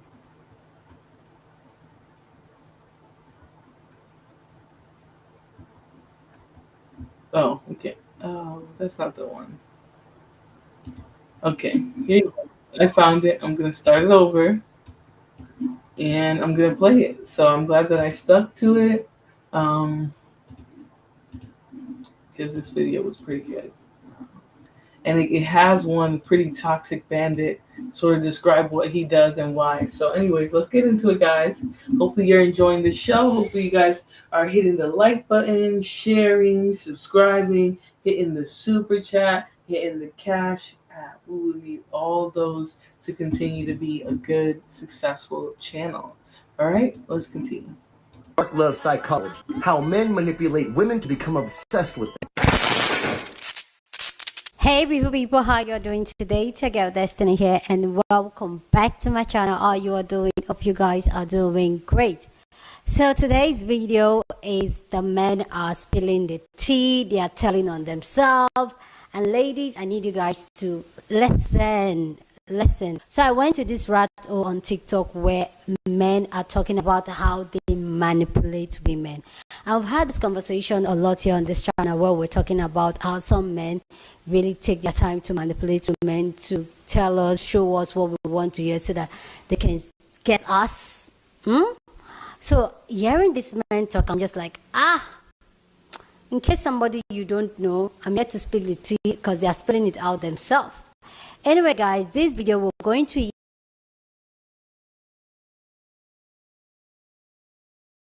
hear men spill the tea and talk about how they manipulate. Anyway, guys, let's go check out this video and then we'll come back and talk. I am about to tell you how to make her very obsessed. This is very toxic, man. This is some dark matter stuff, but do not do this to everybody. Don't do this to them eaters, bro. This is high levels of manipulation, so be very careful what you do with this. Number one, you need to treat her just like her father. I've said this before, but let's go into depth. Open up every door for her. Don't ever let her pick up a bill. And you need to be someone that she can rely on. That's going to be a key factor in what happens next. Her best friend, the one that she can talk to with everything, you need to replace that. You need to be that type of beacon that she can just rely on. She's going to vent to you about everything because no one understands her like you. Second thing I want you to do after this is leave. Leave everything. No reason, just dip. So when she goes to open up that door again, she don't think about you. She gotta pay for her own meals again? Oh my God! When she actually has to use her credit? Oh my God! Then when she actually breaks down and goes to vent, her best friend's not gonna do the job no more. She's gonna come to you. I know we're not talking anymore, but can we please talk about this? I'm working.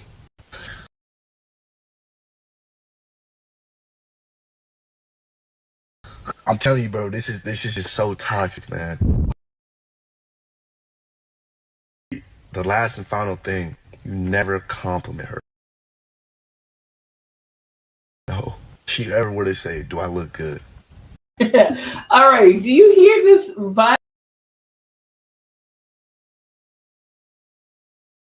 violently manipulative?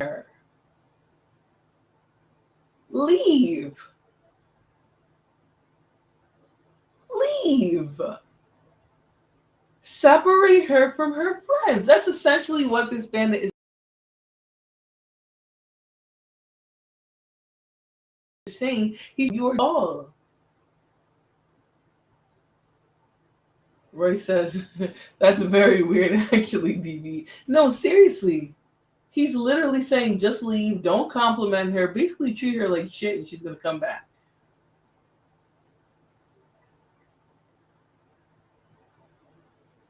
Let's continue. Those earrings. Talking about all these tangible things. Oh my God. Dark love psychology. How men manipulate women to become obsessed with them. Here are 3 steps that they will take to look out for. Number 1, they search for an easy cooperative component, which is typically somebody very insecure, empathetic, and gullible. Then after they find them, they study them to discover what brings them pain and what brings them pleasure, which upon discovering, they will soon begin creating false narratives, pathological lies, and exaggerated and fabricated stories, so they can manipulate them to get them to think that they've been through the exact same thing and are feeling their exact same pain. They will also make sure they dispense enormous amounts of love and care, or will showcase this massive hopelessness in life and severe dependency on that woman to influence responsibility in nurturing, knowing it's in a woman's nature to nurture. For more signs on how to tell if someone is manipulating. That's insane. But this is what they do, right? They try to act like, they call it dark magic even. But this is just a manipulative person. This is not dark love psychology. These are the same dudes that be whining like a baby when you cut them off. Oh my God. They become supreme stalkers. It's insane. You in a relationship? Click the plus sign and I'll see you in the next video. How to manipulate women. Now look, fellas, there's only 3 steps that I'm ready to give y'all right now. So I'm gonna need to lock in real quick. Starting with number 1, fake your personality. It sounds crazy, but it is what it is. I'm not even gonna lie to you. All you gotta do, right, is just ask her what's her type. Ask her what her ex was like. Because 9 times out of 10, right, she stayed with him. Think about that for a second, right? If he was shooting from the 3 and his success rate was 98%, right, would you change a jumper or would you keep it the same? Keep it the same, fellas. Do not be trying to change it up at all. 2, make plans with her. Now, when you make plans with her, I ain't talking about just doing an old, ordinary thing, right? When you hang out with her, only hang out with her for a short amount of time, right? I'm talking about you with her for a smooth 30 minutes, kicking it, good vibes, and then boom, you get a call and say, it's business, you gotta go handle it, right? So now she gonna get this idea that you this busy man and that your time is valuable. So at that point, you can't waste no time. Don't be one of them guys that just stay OD long though, nah. Let her enjoy the moment. So then the next moment, she's gonna cherish it more. 3, always claim perfection. Boy, so this is obviously an emotionally mature germ. Bugaboo. Literally looks like a bug. Okay, who's just playing mind games at this point. Nobody wants this. Nobody wants this type of man. He acts like if you do this, you're going to get women to fall for you, to get obsessed. No. They're gonna be like, "Are you effing kidding me? Like, we got ready to meet, and 30 minutes later you have to leave." Like, nobody's gonna find that cute. They're not gonna cherish their time with you. They're gonna be like, "This nigga ain't shit. He's playing games. He's a kid. He's a dusty." And that's what they're gonna be thinking. I don't know what person would give this advice and say this is how you get women. No, this is how children play games with girls. There's no room for errors, I'm telling you, fellas. Always be viewed as that husband type of guy, right? Even if you're not. And look. Never compliment her too much. You're gonna be just like every other guy that's blowing up her phone. We is not that, I'm telling you that now. Keep it at a bare minimum, right? If your boss always congratulated you on when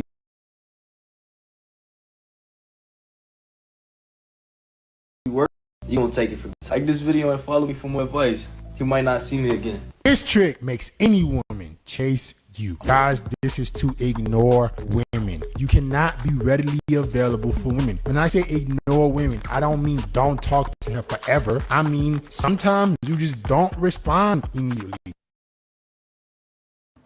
All right, first of all, we're grown-ups, right? No one's expecting an immediate response. But he knows that when he says that, he means intentionally not responding in a certain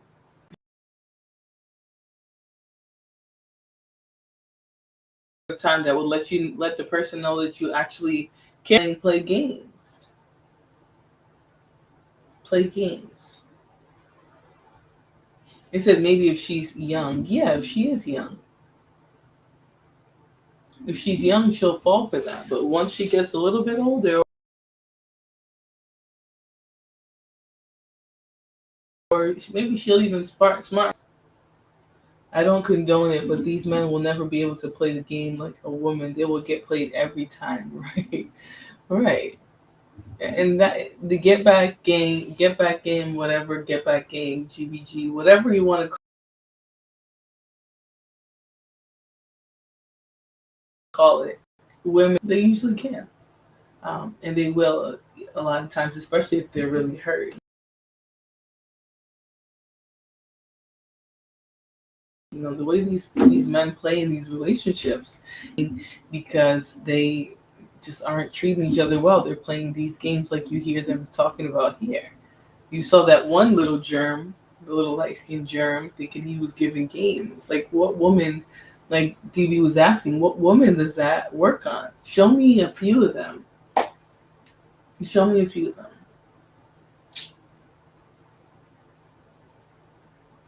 I don't see it. I don't see that working. I see that being read for exactly what it is. But if it's a young girl, like way younger than him, Not available. I'm not this persona about you of a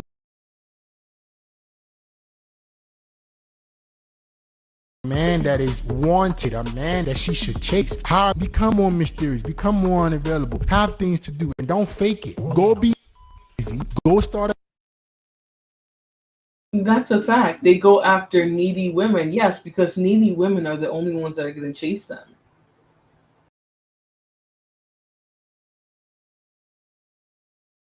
A needy woman is the only one who's going to chase them. You know, that's what they want. They want you to pursue them and wear the pants of the interaction and pull out all the stops for them. That's what a lot of these guys that say things like this are looking for. So they go after younger women that are in dire need of resources. Exactly. accomplishing things, and you will naturally become more busy, which will make your presence more scarce, which will make women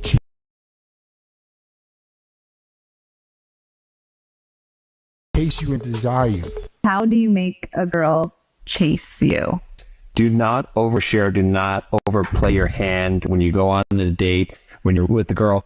Don't tell her everything about your life story. Instead, keep some mystery. What you want to do is you want to be flirtatious. Don't get into a lot of serious conversation, so she still is wondering about you.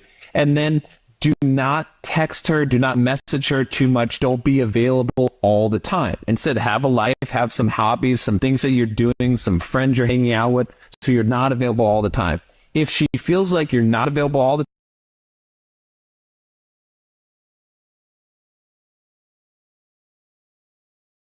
All right, so let me just say this. I think on the one hand, though, what he's saying here is more balanced because he's not talking about using abusive, manipulative, you know, tactics to get that woman to chase and seek after you. He's saying go out, have hobbies, have a life, have something that will make a woman feel like you're worth something, right? And I don't even think that the chase that he's talking about, because they probably never had a woman who was interested in their advances in their life, right? But for him, it sounds like what he's talking about is like,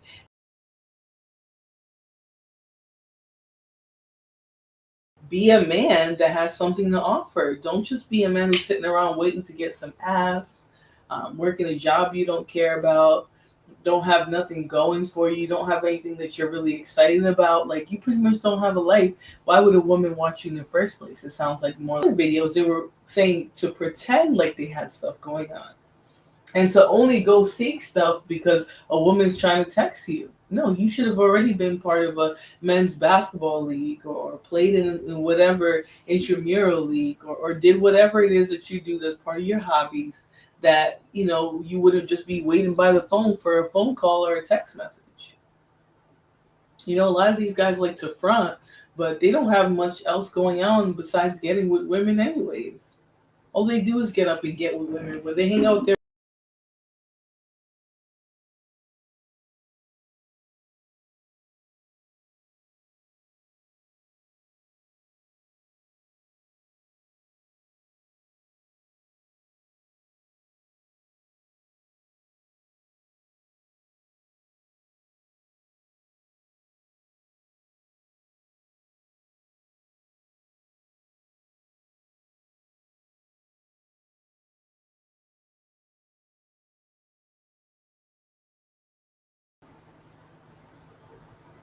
Oh, can you guys hear me?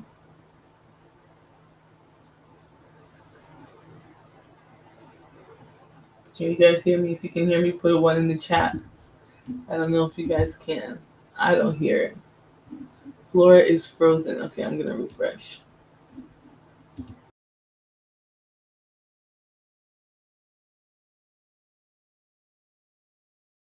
Can you guys hear me?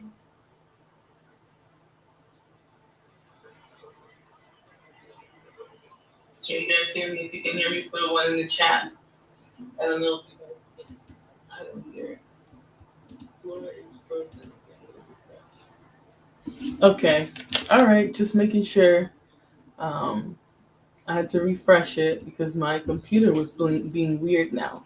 All right. Let me just keep playing the video. the time and she doesn't know whether you like her or how much you like her, she's going to chase after you. Here's how to make any girl 10 times more attracted to you. Assume attraction. When you assume the girl is already attracted and into you, you'll be less likely to act needy and seek her approval because you already know she's into you and you don't need to chase her too much. You'll be more playful and be more willing to go for it in conversation, and it'll subconsciously make you act with more conviction around the girl. Conviction as a man is magnetic. It's one of the most masculine traits. If you radiate this energy around women, it will make girls more inclined to follow your lead. Use this one trick to make any woman chase you. That is to indirectly imply that you have options. Here's the truth. Women want a man that other women want too. This is called a pre-selection. Now, unless you're incredibly handsome like myself, it's going to be pretty hard to signal the fact that you have other options. So try this out. The next time you're out to eat, the next time you're doing something fun and adventurous, don't show who you're with. Instead, just show you doing the activity, or maybe just show the plate of food, and maybe sneak in the other plate too across the table, but never show any hands, never show any. If a guy talked to me too much, he was out. Sir, do you have a life? And if she didn't talk at all, he was out. He clearly wasn't interested.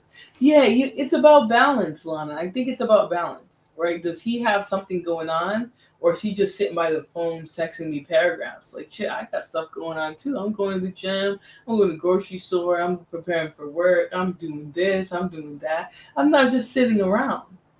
So if he's just sitting around, there's something wrong there. Okay, we need to address why you have so much free time. Huh? Why are you so free?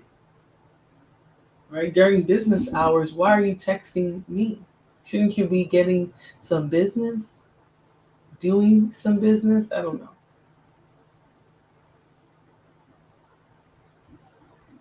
All right, let's continue. Body. And if a woman is checking in on you, that'll make her mind wander. Who is this guy with? And their head usually immediately goes to the opposite sex. Then from there, if they like you, usually they'll reach out or even confront you and ask you, who you with? But remember, only use this strategy for good, because with great power comes great responsibility. Stop chasing her for a second, bro, and just listen to my words. If you really just stop and observe the kind of situation that you're in, you'll realize that you're going towards her while she's going away from you. Now, wouldn't you like it if we could just flip this around? Just think about it. If we could flip this around, you're chasing something else, like your studies, your business, your fitness, your goals, and she's chasing after you. And sure, you might stop for a little second to, spend some time with her, maybe just... But, generally, it's like this instead of like this. We'd prefer that, wouldn't we? Well, the way to get there is kind of difficult because you have to give up these old conditioned beliefs inside you. She'll be obsessed with you if you do this. There are going to be times when girls give you signals that they like you. Here's the secret to getting them obsessed. Give them a little, but not too much. Let's say a girl sits close to you during a lecture and tries talking to you. Don't overreact and instantly try to tell her you like her. Learn to play. Girls love to chase guys, especially when they feel it's genuine. Don't be so easy to get. Girls want a good story, so give them one that's memorable. A lot of you guys don't know how to be playful with girls. You DM me all the time. I try to answer, but I have thousands. Book a call with me on my website, and I'll teach you the secrets. Ladies, ladies, we need to talk. All right, so it's clear as day that men, when it comes to getting women, relationships they're fairly clueless, right? A lot of them are seeking out these types of gurus and science people, or not science people, but relationship people to give them the advice that they need. Sorry, y'all. I'm trying to see adjust this properly, and it's not working.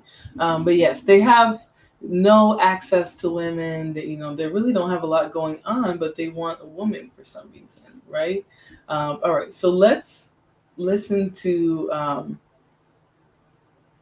Jordan Peterson. He's going to talk about some things regarding men. He's going to sort of speak to and trust me, guys, I know he has a lot of these guys. Hey Josh, how you doing? Happy Saturday. These guys do have a lot of and thank you to sorry, I almost said it and I wasn't trying to. Thank you for the Cash App that I received this morning. I greatly appreciate your support. Those of you who send support, you're much appreciated. Those of you who watch and show up every day, you are also greatly appreciated. Thank you so much. All right, so the next video, I know Jordan Peterson is a controversial figure. He has a lot of reasons why people think he's a degenerate, and for good reason, right? He said some pretty out there things, but he has some interesting takes on men and their ability to get relationships and things like that I wanted to share with you guys today. So let me put this next video up. All right. And also, I just wanted to make a disclaimer that I don't necessarily agree with the beliefs of anybody in these videos. We're simply reviewing. Sometimes I do agree, and I let you guys know. Not all, but some. Yeah, he has some decent ones, right? And people sometimes they might call that cherry picking, but I think take the meat and spit out the bones. That's what I agree. I actually agree with a lot of his takes. Yeah, because he's not lying, So we're gonna see in this video what I mean by that. Now he might strike us down. Well, this is the roommates, but I know he has stricken down videos in the past. I don't know if they were mine, but I've heard of him striking or trying to strike them down. So, anyways, let's go. To particularize your problem. Why can't men find women to date? That's not your problem. Your problem is why you can't find the woman you want. And you have to assume that's your problem, because otherwise you have to assume that it's the women's problem. And really, they're all wrong and you're right. Really? Lucky you. Maybe you are. You're an undiscovered gem of some sort. Probably not.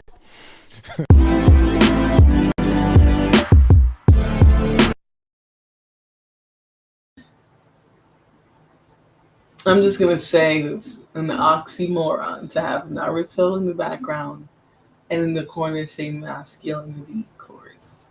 Okay, that was enough for today. I'm not gonna come at the people who like anime too much. All right. But he said a word there. Okay, like men love to focus on what's wrong with women. Why men aren't getting women? No, why aren't you getting women? Why aren't you getting women? That's what men need to be focused on. They love to get online and try to tell the world, well, this is why black men don't. No, why are you as an individual black man, all of you ugly ass niggas who are watching content like this, why aren't you getting women?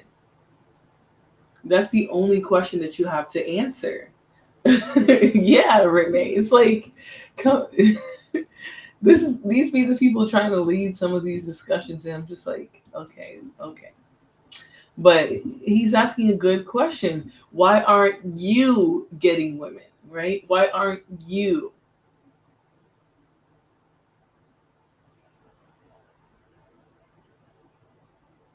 It's not about the general group of women. Why aren't you? Why aren't black men getting women? Hey, MJ. Says, hey, Flora and everyone. I hope you're having a good Saturday. I know you're a night owl now, or you're working at night, so I hope you're having a good morning or afternoon. All right? Anime is awesome. That's why I said I don't want to come at everybody, but it is what it is, you know? It is what it is. All right, let's continue.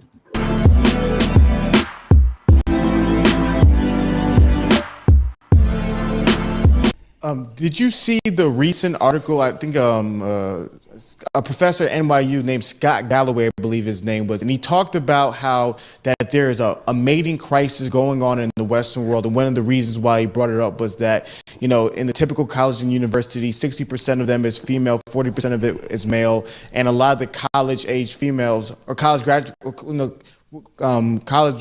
who are females, they only want partners who are also college graduates. So have you seen an article, and then what are your thoughts about a mating crisis? Well, what seems to be happening is that if male enrollment falls below a certain percentage, and it looks like it's something like 40%, then the females start not going too. And that's not surprising. I mean, really? Of course. How many people meet their prospective mates in university or college? Well, pretty much everyone who goes that route. So it's not surprising that that would happen with young people.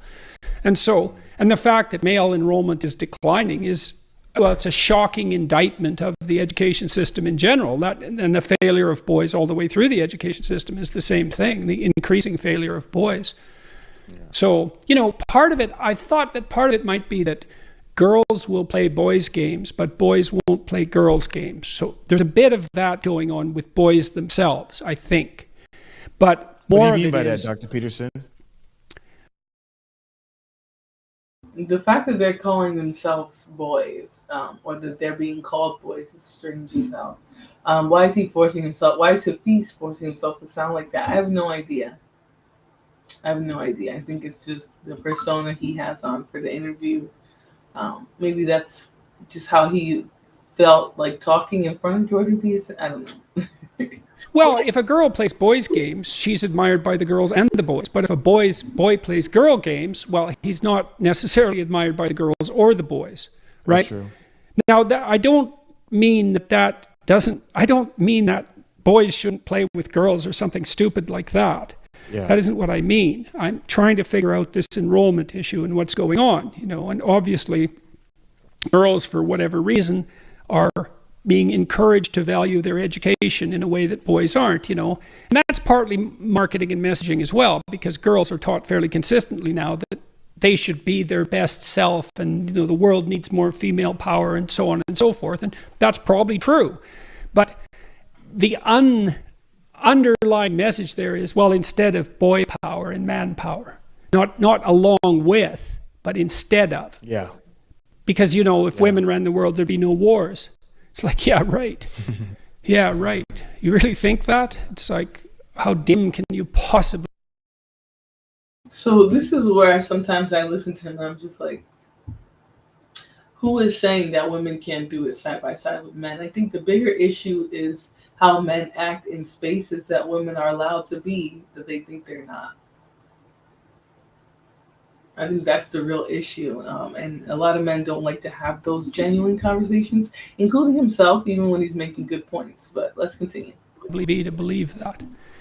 You know, it's so something else I've been hearing, Dr. Peterson, a lot of young men have been sharing with me, and I'm not sure how much you've heard of it or experienced it. They've been sharing that, you know, that they feel as though the average woman has no desire for the average male, and that because of things like social media, online dating, things along those lines, as well as just some of the female empowerment, where a lot of women have this is what they say, an elevated sense of self, that now they feel like they're above a lot of these average males, which also contributes to a disparity between young adults being able to connect and form meaningful relationships. Yeah, well, women are more picky in their mate choices than men, especially sexually. That's the case in every culture. It's not surprising, because women have more at stake sexually than men do, you know, per episode, because men don't get pregnant, obviously. And so that female pickiness is that's the case. That's definitely true. Whether it's worse now or not, I doubt if it is. I would say to young men who are irritated at women is, if you're irritated at women, you know, as a class of creature, there's something wrong with you, because Right. And I'll agree there. He has to cater to that young male audience, because he does still sort of speak to a lot of them, especially a lot of them who are willing to be sort of realistic about some things that are said, especially the type that are able to be realistic and say, hey, women are being taught to value their education. They are. And so you guys have to fix that. You guys have to get up and get your education too, because this is what women are doing. And they're largely looking for men in those environments, and y'all are not there. And they feel beneath themselves when they get with your average asses, right? Like, that's sort of what's going on. And he's encouraging out of that, though. Every species of female are pickier than the male species. That's nature, exactly because of pregnancy, right? Because of that same biological need, risk, I would say, that we all have as female creatures, right? We all could end up pregnant, and that is 9 to 10 months of, you know, putting another specimen before you, and the rest of your life being for that creature, right? And it's something I think women do voluntarily, but it's also something that they do with more care. Men will just drop the load wherever, you know, and then be like, after the fact, I didn't know. This wasn't the plan. She was a one-night stand. Well, then why did you drop off specimen in her? Okay, women are less likely to move like that, because they would end up 10 months outside of, like, you know, being pregnant, and now not having a partner that's supposed to be helping them raise this creature that needs the both of them, you know, like, it's a risk. And so women have to do what they have to do. How ironic that the educational system was actually solely made for men before women, but yet women are the ones who have taken it seriously, whereas men has assumed that it is a given. Yeah, it is really ironic. And it's also ironic that women are doing better, right? Men created it, but women are doing better. They're enrolling more, they're finishing, graduating more. Just goes to show, you know. But let's continue on with the video. They're right. You're wrong. They're right to not pick you. If they're not picking you, it's because they're right. Wow. Now, that might get, I know that's a terrible thing to say, and I know perfectly well, it wasn't like I was particularly successful with girls when I bit. They're right. And so that female pickiness is, that's the case. That's definitely true. Whether it's worse now or not, I doubt if it is. I would say to young men who are irritated at women is, if you're irritated at women, you know, as a class of creature, there's something wrong with you, because they're right. You're wrong. They're right to not pick you. If they're not picking you, it's because they're right. Wow. Now, that might get, I know that's a terrible thing to say, and I know perfectly well, it wasn't like I was particularly successful with girls when I was young. You know, so I know what that rejection is like. I know what that fear is like. I don't know it as well as some men know it, because I wasn't rejected outright. But what you have to understand is that, what do you expect from women? If you got pregnant because you had sex, you'd be pretty damn choosy too. So, you know, clue in a bit. And then, well, don't they find you attractive? Well, maybe you're not. Have you paid attention to how you dress? Do you have a plan? Are you as educated? So this made me laugh. He's like, have you paid attention to what you look like? Do you think that you're attractive? You're not. You're not. Right? Some of these men are just truly delusional. They want way above what they're worth, what they can even provide a woman. They're seeking out women who clearly are used to luxury and men who do well, and they're broke as hell. It's delusional. It's delusional. Let's hear that again, just so that we can't say that there's things left unsaid, okay? Let's go back about a minute and a half. That's the case. That's definitely true. Whether it's worse now or not, I doubt if it is. I would say to young men who are irritated at women is, if you're irritated at women, you know, as a class of creature, there's something wrong with you, because they're right. You're wrong. They're right to not pick you. If they're not picking you, it's because they're right. Wow. Now, that might get, I know that's a terrible thing to say, and I know perfectly well, it wasn't like I was particularly successful with girls when I was young. You know, so I know what that rejection is like. I know what that fear is like. I don't know it as well as some men know it, because I wasn't rejected outright. But what you have to understand is that, what do you expect from women? If you got pregnant because you had sex, you'd be pretty damn choosy too. So, you know, clue in a bit. And then, well, don't they find you attractive? Well, maybe you're not. Like, have you paid attention to how you dress? Do you have a plan? Are you as educated as you could be? You know, are you a liar? Are you a rabid pornography user? Because maybe that's undermining your motivation to seek out a woman and grow yourself up. It's like, if you're rejected constantly and you're out there really trying, you know, because that's another thing to ask yourself is, well, how many women have you actually asked out? And are you so sure that you're not picking women who will certainly reject you because you're trying to bat out of your league? Because you might be. So, and I'm speaking about this as a clinician too, because I had plenty of men in my practice who were, you know, radically unsuccessful with women. I had one man in particular. I like his term of radically unsuccessful with women, right? Because literally they will be so poor to get along with, just like a poor quality mate, and then be like, why am I not getting any women? And he's like, let me point you to your behavior that's not getting you women. And they will just keep on and try to shift the blame to women.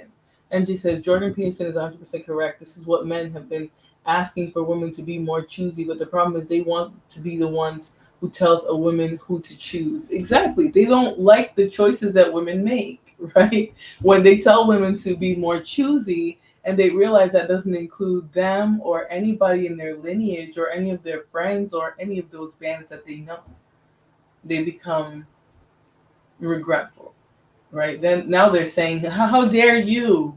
How dare you not choose my ugly ass? How dare you not put yourself through the horror of birthing one of my big-headed babies when you don't have to? How dare you? Choose me. That's literally what they say. Even women that they think are unattractive shouldn't have a better choice or another choice outside of them, because they aren't the choice. Right. They hate that women choose, and when women choose, they're not included in that. They hate that they have to pander to women in a way, or what they feel is pandering. No, but you have to make yourself a desirable mate. So if you're rude, ugly, dusty, no career, aren't going anywhere, you shouldn't be mad that women don't want you, that they're not giving you a chance. Right? You're getting what you deserve, which is no women. That's what you deserve. That's what women are telling you when they're not choosing you. And that's just the fact. And they really get upset when they think women are ugly or below them, and not even those women will choose them. Ask yourself why a woman that you think is below you isn't even choosing you. That's what you should be asking yourself, instead of being upset at that woman's choice.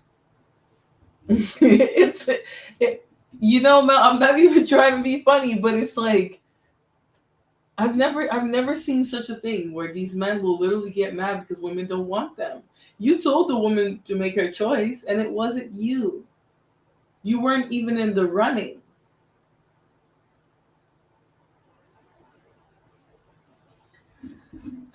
Let's continue. He was so afraid of women, he couldn't use the phone. He was too afraid of everyone to use the phone. And he had been bullied like mad, and he had his problems. So I know what this is like, but pornography is a big problem. It's a big problem. It's a real curse, that pornography, in my opinion, because it's an easy out. And so we don't know what the consequences of that are. We're starting to understand some of them. But if you were now serious, you clearly know that's not what I'm saying here. But I'm saying if you don't get chosen, that's your bid, right? The woman isn't doing you a disservice just because she didn't choose you. Thank you so much for the Cash App. You guys are much appreciated. Thank you for the support. It's amazing that you guys continue to support my channel and come here to watch the show. Thank you.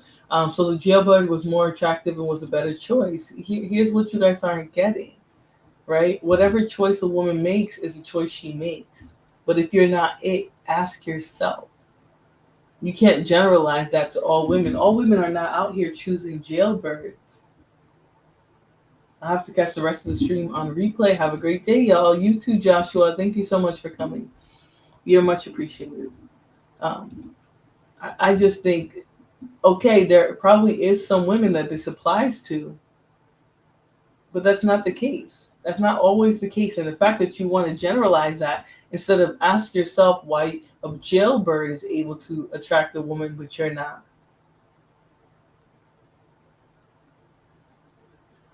That's why you are where you are. That's why you're not getting what you're not getting. Let's continue. Better, you'd be more successful with women. Yeah. So you have to have that in your mind. And they're not. You cannot be angry at women. It's stupid. Women, it's like women being angry at men. It's a sign of psychological trouble. That. So you feel as though Dr. Peterson is that, for the men who are complaining about the standards of women today and it being elevated, that it's not so much a focus of pointing the finger at them not choosing them, but more so looking in the mirror and asking themselves what can they do to improve themselves to be so desirable, instead of focusing simply in on the inability of what be you're a little today. stronger. Be a little stronger, dress a little better, speak a little more clearly, aim a little higher, and practice that, and that'll work. Now, I know that that's more difficult for some people than others, because some people bear incredibly difficult developmental burdens, and I'm not saying that this is easy, but I'm saying that it's a useful reaction. Like, what else are you going to do? What else are you going to do? Complain about women? I've seen that in men. I went out with a group of men who were having trouble with their wives, and they'd gone off to this couples retreat, and it was mostly rubbish, although they were trying a bit to get their lives together. And I spent a whole day with them. There were 3 of them, and one of them was a guy that I'd known for quite a while, and every single word he said was a lie. And all these three did the whole day was complain about their wives. And I thought, what the hell's wrong with you guys? Like, you picked them. They're these women you picked, and maybe they have their flaws, but they're your wives. And that's how you talk about them? And you think they're the problem? You're so dumb that you don't even know that you shouldn't badmouth your wife. Just because she's your wife. Like when Tammy and I got married, we had a discussion about that. It's like, she has her flaws and I have my flaws, but I'm her husband and she's my wife. And there's a certain respect that goes along with that category. If you have any... And that's a great point, right? Like, why would you talk bad about your own wife? That doesn't make a lot of sense. But that's how these men will be. They'll be talking about how miserable they are, talking to their friends about how annoying they're, whatever the case may be. And then they wonder why these women at a 90 to 100% rate are the ones initiating divorce, right? Why they're the ones that want to leave. The man doesn't feel like an urge to divorce the woman because, hey, they're benefiting from it. Free labor, in-home coochie, whatever. They're chilling. Mr. Peterson is dead on. He's telling these men a lot of the time, hey, that's why your marriage sucks. Look how you're talking about your wife. He's saying, I would never. Look how you guys are talking about your wife. And you're wondering why your marriage sucks. Yeah, exactly. We know why they're online all day, first of all. Their women don't want them anywhere near them.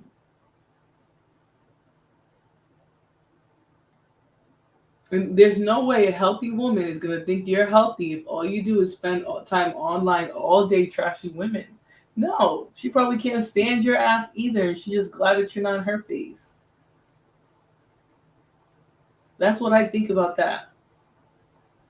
When I see these groups of men online all day, every day, claim to be married happily at that. But they're online all day talking shit about women, saying women this, women that. We got a woman problem. These women just too much. Ain't no way. Sense. And so that's an extension of the same thing. It's best to look to yourself. Now and then you can, things have gone rotten in society and you have to bear your responsibility. You have to address that at a social level and a communal level. But fundamentally, it's like, and you do so much less harm if you look to yourself first as the problem. But then believe me, you're plenty of problem for you. You're all the problem you need for you. That's for sure. Yeah. So what would you say, Dr. Peterson, to the young men who are pushing back on this idea, and the young men who say, like, traditionally speaking, there was a sort of mating where if you were a guy, you're a middle class, you can get a middle class partner. You're a guy making $40,000 a year, you can get a certain level of partner. That in some communities, in some environments, because of, degrees or things like that, if you're a guy, making $50,000 a year or $60,000 a year and you're doing relatively well, that the women in your cohort who are similar partners to you may not desire you. Instead of wanting a partner making 60, want a partner making 80. So what would you say to those guys? Mostly I'd say that was an excuse. But I wouldn't go farther than that because, I don't know how to answer those questions in some ways at a collective level, which is why I focus on the individual. If someone came to me and told me that, the first thing I would do is listen to them for like 10 sessions. Just to find out what they're thinking and to find out what the problem actually is, because they think they know what the problem is. It's these picky women, and that could be the problem. For them, it might be. Maybe there's a demographic issue or a community issue that I don't understand. So I wouldn't assume that I knew what the problem was. But those sorts of things, in my experience, have to be solved at a high level of detail, like at high resolution. So let's say you are having trouble finding a mate. And you think, well, I'm reasonably symmetrical. I'm in decent physical condition. I'm young. I have a decent salary. But still, okay, well, that's a deep dive issue. I don't know what's wrong. we'd have to talk about that. And I do mostly listen. It's like, you seem okay, so why don't you have a partner? Well, that's a deep mystery. Like, it's really a deep mystery. It's nothing trivial. There's no simple solution to that. And so, again, that's why I don't really do sociology in some sense, you know, except insofar as I understand the role of the individual in relationship to society. And he made a really good point about being able to collectivize some opinions, right? Like when he talks about some of the things that men say, like, oh, well, women aren't this or women aren't that. Well, you can't apply that to the collective, right? It doesn't make sense when you talk about the collective. That's why he keeps trying to keep it on the individual when he's talking to men. Focus on you. It's not all women, it's you. Jonesy for More says 10 sessions. What a way to upsell. Run those sessions up. Well, yes, because he needs to hear some more. Like, what are we talking about?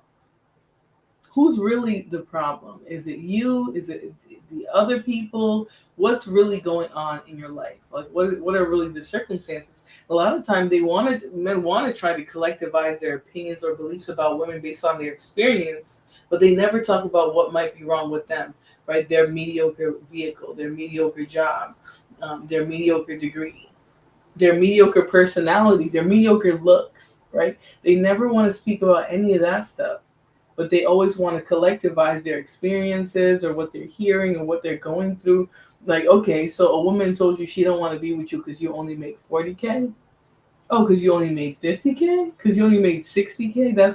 That's what a woman's saying to you? Tell me more. Oh, yeah, she let me take her here, there. Yeah, that's going to be 10 sessions of you just running your mouth so that he can really figure out what's going on, what's going wrong in these situations. And the problem is a lot of you guys are trying to pretend, right? Trying to flex like you got money. You're buying knockoff designer. You're tricking off on the weekends, running up your credit card bill. You got roommates, your credit's trash. All of that, right? That's what's really going on. And if he listens to you more and what your reality is, he can see that versus you just trying to tell him, well, oh, these women just want you because of your money. If you make 40, they want a guy that makes 50. If you make 50, they want a guy that makes 60. Really? Or is it that you're broke trying to deal with women who make over a certain amount and keep up with that lifestyle? Maybe that's what you're doing. Maybe you're going to clubs in really expensive districts when you live thousands of miles or hundreds of miles, or even maybe you don't live anywhere near those places, but you go there because you want to attract those type of women. For coaching, I don't take them seriously. Yeah, they actually do pay these dudes. Well, how do you guys think Fresh and Fit and them make their money? Rolo Tomasi. They make their money off of these bandits online. These extreme talking points, this craziness where they're looking for women when they really need to look for a gym, right? Look for a gym membership. Look for some toothpaste. Look for a bath, right? They should be looking for a bath, but they're paying Fresh and Fit to tell them that women are toxic. Humans are layered to protect themselves. Exactly. It does take time to find someone's actual issue, especially someone who has a certain communication style. Mel says, yeah, all of these uneducated, nobody men online think they know. He's being quite thoughtful and humble. He admits he doesn't know off the bat. Exactly. Most women just want decent and productive men. This six-figure thing is something Kitten Heels taught them. Women with regular men every day. Yeah. And that's the messed up part. Is I see plenty of women with regular, mediocre men who make less than them, men who are less educated than them, men who are less than them, period. Nothing ass men. I see it all the time. But because all of them who are nothing ass men aren't getting picked, oh, now it's a woman problem. There's a problem with the collective of women. Modern women have driven off the modern average man. No, they're just talking. They're just talking. They don't want to compete. And they're mad that women have the option to not be with one of their ugly behinds, right? Society is strictly changed where women have more access to money and education and society. You know, so let's continue. You know, so I would say to someone like that, you know, practically, if you want to do something, go see a cognitive behavioral psychologist and take the problem apart and strategize. That you'll figure out how to fix it. That's good. That's good because it's a serious problem, right? Yeah, definitely a serious problem. And I think what ends up happening is that, like you said, too many people create a one-size-fit-all problem to their to what they're going on. So they say, well, the reason I'm unsuccessful is because of A, but in reality, if you could talk to a wiser individual and sit down, you might realize that the problem isn't aka the women. Maybe the problem is that, you know, you're lacking confidence, you're lacking communication skill, you're picking the wrong kind of individuals. So serious, the one thing you have to realize is that people are going to go through times where they have bad and good relationships, and they're going to learn from them. Now, if that person continues and ends up with a trash person, and that's who they marry and have kids with, and that's with their family, okay. But y'all be mad that women will date a pookie every now and again, when that woman, no matter what, she was probably still better off learning the lesson from being with the pookie than being with your dusty ass. Now, this is where I'll take up for certain men. If these women are ending up with a bunch of trash baby daddies, then we see right there the problem with that individual women. But you guys try to put this up to all women and be like, well, if you ever date a man who sucks, then your choosing is full of shit. Their choosing still didn't choose you. They still didn't choose you. So, serious, you non-select males are always the ones. Like Jordan said, it's your fault. Yes. That's what they want to conceptualize what's wrong with all women. No, it's what's wrong with you. Why are you not getting the women you want? Why aren't you getting picked? That has nothing to do with all women. Why are you not getting picked? It's your fault. Yours. All y'all have to do is talk. Yeah, Renee. And this is the one thing that men hate. They hate that women will exercise their choice and say, no, I don't want you to talk too much.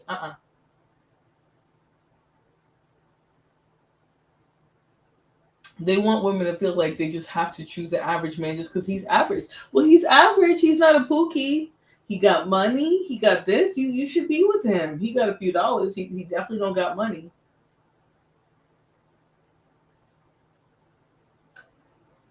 But let's continue because he dropped some gems in this video, so I want to get through all of it. And there's a myriad of varieties of issues instead of just simply making it just a one-size-fit-all problem. Yes, absolutely. Well, it's also in some ways a lot less depressing to particularize like that, because you find out a bunch of problems you don't have, right? So you can just those aren't my problems. It turns out my problem is this, and then that might be non-trivial, and it probably is, but at least it's not everything, right? And I also think that when we talk about things like climate change, it's like, well, really, there's no such thing as the climate. It's not a useful word when you're trying to solve a problem. And what do you mean by change exactly? Like these are really low resolution concepts, and all the solutions are high resolution. And it requires particularized expertise to solve some genuine, actionable problem. You have to decompose the problem. And then you have to be satisfied with addressing some micro element of it. There's no... So he definitely makes a few good points there. But he does sort of try to break it into this bandit's head like, hey, you not being chosen is your individual problem. That's not something you can collectivize, which is sort of how he was going out here. Sirius says, who says I'm not being picked? I can call out the BS I see while I'm being a 304 myself. Now, just the fact that you use the language 304 is telling, all right? But what I'm going to say to you is that when you're sleeping around, you're not doing anything, right? Anybody nowadays will go and throw their body in the street. So saying that you can call things out while you're not having real productive relationships with women, not really. you know. But anyways, all right. So the next video that I'm gonna share is related to that, right? How these men really truly do have an issue with women who are single, childless, child free, right? And how they feel about the fact that women will often go without any man than to be with all these myriad of dusties all over the place. Okay, really quickly, Lana says he's definitely DB, stop.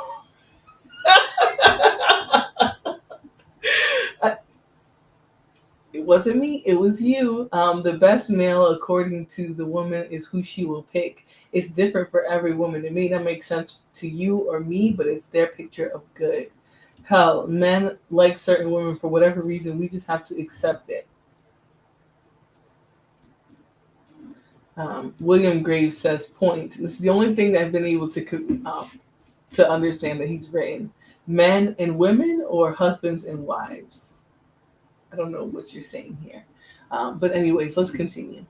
I was watching this woman's video and she was saying that she's a woman over 30, and one question that she often gets asked by men is whether or not she has children and whether or not she wants any.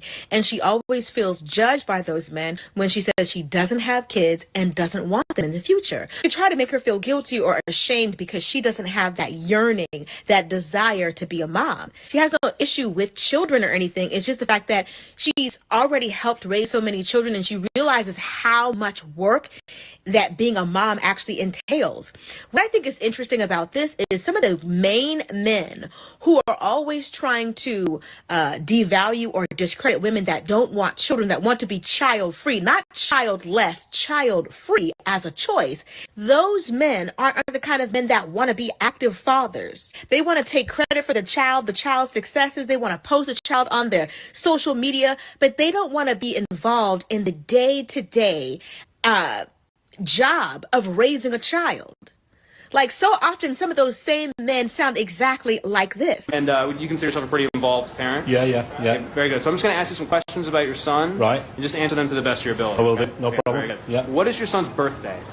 No, that's a good one. That's a really good one because I don't know. You really don't know his No, birthday? I don't know his birthday. What grade is your daughter going into? 9th grade. What's the name of your daughter's school? Ash Creek Elementary School. No. River Creek. No. Something Creek. No. What color are your daughter's eyes? Brown. All right, let's look. That is incorrect. They're blue. I have a brown-eyed daughter, though. Some of these men know nothing about their own children, where they go to school, their birthday, nothing. They don't know if the child has a peanut allergy, nothing at all. But yet they're shaming women because they don't want to have kids, because they can already tell before they even have kids, a lot of the responsibility is going to fall on them. You can't shame women for not wanting to be a married single mom. And a lot of them, that's what they want from you. They want to have a child with you to slow you down, have a child with you to bond you to them. They want to have a child with a woman for so many reasons, but it's not always that they want to be a father. They don't want anything to do with the child and the day-to-day life of that child. They just want to be able to say that they're a dad. Yes, you are absolutely correct. This is one of the many reasons why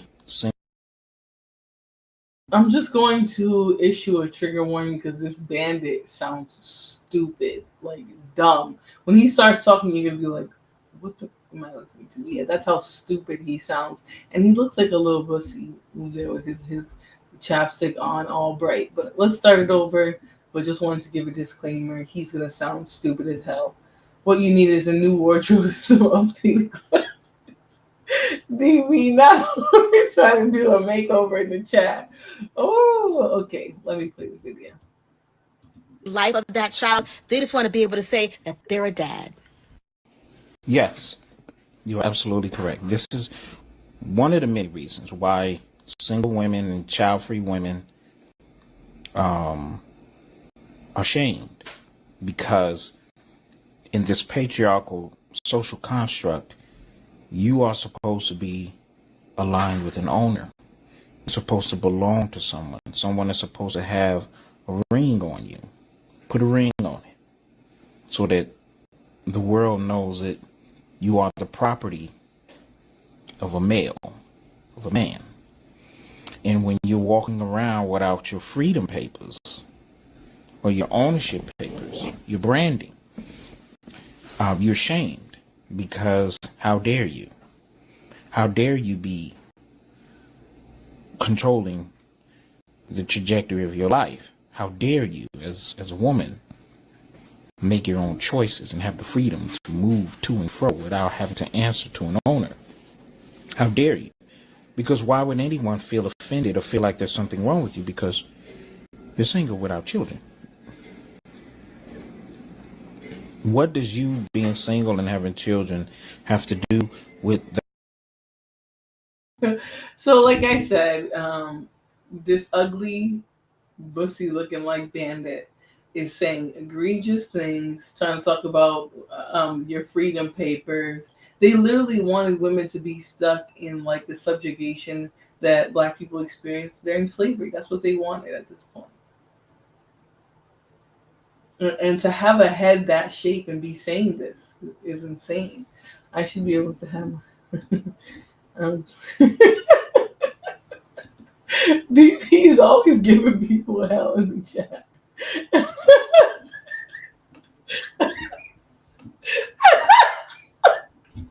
Why are you like this, DP? Why? You're funny. Let's continue. The other millions of men that have no interest in you. What is the point? Why are you being single and child free such a sore spot for them? And it's because in their eyes you should be owned by someone. Someone needs to have you locked down to make sure that you women don't run amok and don't get yourselves caught up into all of the different fibers of society and start to run things, start to control things, start to display that you are actually more capable than most men of your peer. Yes, absolutely. This is why you're shamed, because they feel like marriage is the end all and be all. It's not. Marriage is just the beginning, to be honest with you. It's maintaining a marriage is where the work starts. But that's another topic. Peace. Lied to feminist women talking. Oh boy, so definitely have to debrief from that bandit. Mel says, this clip reminds me of how Black men have responded to Black women speaking on colorism or interracial dating. Black women were told you're just ugly, undesirable, and jealous for them, though it's somehow a whole other reason. Yeah, okay, sir. Yeah, and to quote to quote DB, go off, Tootie, right? Like, he's definitely, these men are just, they're crazy. They're insane. I'm not mad at him. He is helping us understand some of their mindsets. Run away from guys that think that they need to own you. Yeah, that's something I wish I would have knew, right? That when somebody talks about you in an ownership way, that it's not in a cute way, right? They really do feel like they own you. They really do feel like you're property of theirs. Those are the worst, the most unbalanced relationships you're ever going to have.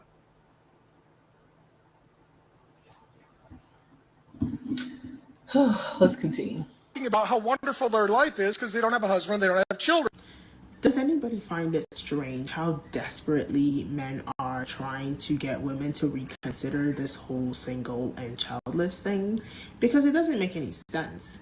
As a man, why are you so concerned about what women choose to do with their lives? It doesn't affect you in any way. If you want a wife, go get one. If you want children, hopefully your wife can give you some. Why are you desperately trying to convince women that it's to their detriment to not want a husband and to not want children? I mean, I already know why, but I want to see if men are truly as logical as they say they are, and if they're going to come to the logical conclusion for why a bunch of men who have nothing to do with how women live their lives are so concerned about women not wanting to be married and not wanting to have children. Let's hear it. Why does it bother you so much that I don't want to have kids? So this creator is talking about men specifically in her comments, and why does it bother them so much that some women choose to be child-free? And I believe this is because in a patriarchal society, both men and women have very defined roles. And the role of the woman is to submit to a man and have his children and be the homemaker and be of service to both her husband and her children. And on the other hand, men have this entitlement and the promise of having a wife and children, or maybe multiple wives, depending on the invisible daddy that you worship. So when women say, I don't want to have children, they are actively refusing to fulfill that role. And suddenly that makes them somebody outside of that system, a human being who is making her own choice about her own life. And this is very threatening on several aspects. One is because Exactly, DB. It's really annoying to hear this. Oh, men are logical, women are like, it's dumb. Humans are logical and emotional. It's not about gender. It's about how well you can balance being both. Are you overly emotional and less logical? Are you overly logical and less emotional? You don't get to own another human being. It's a ridiculous thought and assertion, and absolutely embarrassing. It sounds dumb when I hear anybody talking like this. But let us keep hearing a little bit more. I am going to bounce up out of here after this, but I hope you guys have been enjoying my show. Excuse me. Please hit the like button, share, subscribe, all of that. I'll greatly appreciate it. All right, let's continue. Suddenly the entitlement of men to have a woman bear their children is shattered to pieces.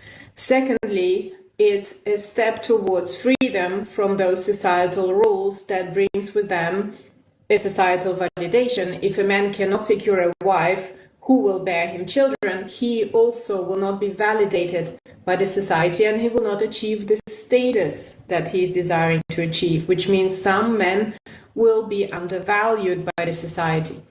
It also means that women who decide to be child-free have time on their hands to venture into professional fields that were reserved and dominated by men before, and also to excel in those fields where before only men were excelling because only men were allowed. That's a fact. I've always said that I think men hate the fact that women have access to bettering themselves, right? That they're not limited to a man and whether or not a man wants them, they're not limited to what their womb can do for them, any of that. They can just be, right? And if they don't want to be for anybody, they just want to be for themselves, that's when men really start to take issue. We get shunned whether we have kids or if we don't have kids, right? DB, the funny thing is that if we had kids, there would be a number of people on both sides, stereotyping. So, oh, she a baby mama. Even if you're married with kids, there's a lot of stereotyping that goes on towards women. And then if you don't, oh, your womb don't work, you're this, you're that. So you're telling me I just haven't been responsible? My womb don't work because I didn't have a baby outside of a marriage and for no reason, just because? Like you? Okay. I watched Anna Karenina for the first time the other day. It had some decent messages in it for women, in my opinion. Yeah, I've seen her as well. There's a lot of good women who have messages on here that but I like hearing from like clinicians and things like that, like Jordan Peterson, because they have a very unique perspective on people, right? When they're talking to you about what they're speaking about, 9 times out of 10, it's not going to be coming from a prejudice perspective. It's going to be coming from a knowing people. Same with Dr. Grande. He talks about a lot of murders, a lot of red rums and different cases from an understanding people perspective. And those are the best ones. And I think it's great that he tells men straight up, like, if a woman don't want you, it's you. It's you. Don't say all women. Don't say there's a problem with women. Don't try to pathologize women. What's wrong with you? Why aren't you attracting the woman that you want? That's the advice men really need. They don't need to be told that women have too much education. You had a bandit in my chat before trying to tell me that, oh, women have to make a choice between career or family. They don't get to have both. Okay, so men can have both, though. They can have career and family. Just because of what's swinging in between their legs. Or what's dangling for some of these small... anyways, all right. So let's continue this video, and then I'm going to send you guys off. All right? To enter those fields. And so a woman in our society who is deciding to be child-free is a challenge to the whole structure. She's actively refusing to play a role that is a cornerstone of patriarchy. And she's placing herself outside. And the reason why so many men are uncomfortable with that is because they are willing to play the role that patriarchy assigns to them, despite how it makes them suffer. There is a reason that men make fun of single women, whether it be a single mom or someone who has just chosen to never marry. And it's because they feel threatened. The more women who take that route, the less women there will be available to them. And they're afraid of other women looking at those women who are single and being like, oh, like she's actually pretty happy and satisfied, and then following suit. So they make fun of them and try to paint them in a bad light so that that doesn't happen. And the reason men want a larger dating pool is not because they actually like women and want to find like their soulmate or someone they love and they want to share their life with and they're afraid of being alone. Well, they are afraid of being alone, but it's because they don't know how to do things for themselves. They want a wife because they want someone to cook and clean for them and take care of everything and basically be their mother who they can also sleep with. Nothing makes a man angrier than seeing an older woman who is single and happy. And before men come in my comments like, I am married. I am married to a man. But if you don't want to be alone forever, you're just going to have to step up because women are finally standing up for themselves and asking for more. And that more is what they've always deserved. This is Julia.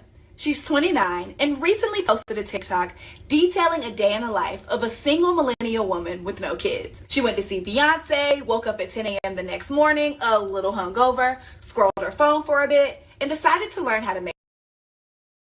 And if you really think about it, it's a whole fact, right? When they talk about how men will want to make you feel bad for being childless and being fulfilled and being a little bit older, they're like, what? Don't put it in these hoes' head that they can be self-satisfied, sufficient, they can live a great life, even when they seek career, even when they have education. Don't let these women think that. They're not going to be running towards us anymore. That's really what it's about. Mel says it's actually an old book, like Love Story, that I know the clock lady Anna you're talking about. She etiquette videos for women to get a rich man. No, the one Anna that I'm talking about is she kind of has like a Russian accent.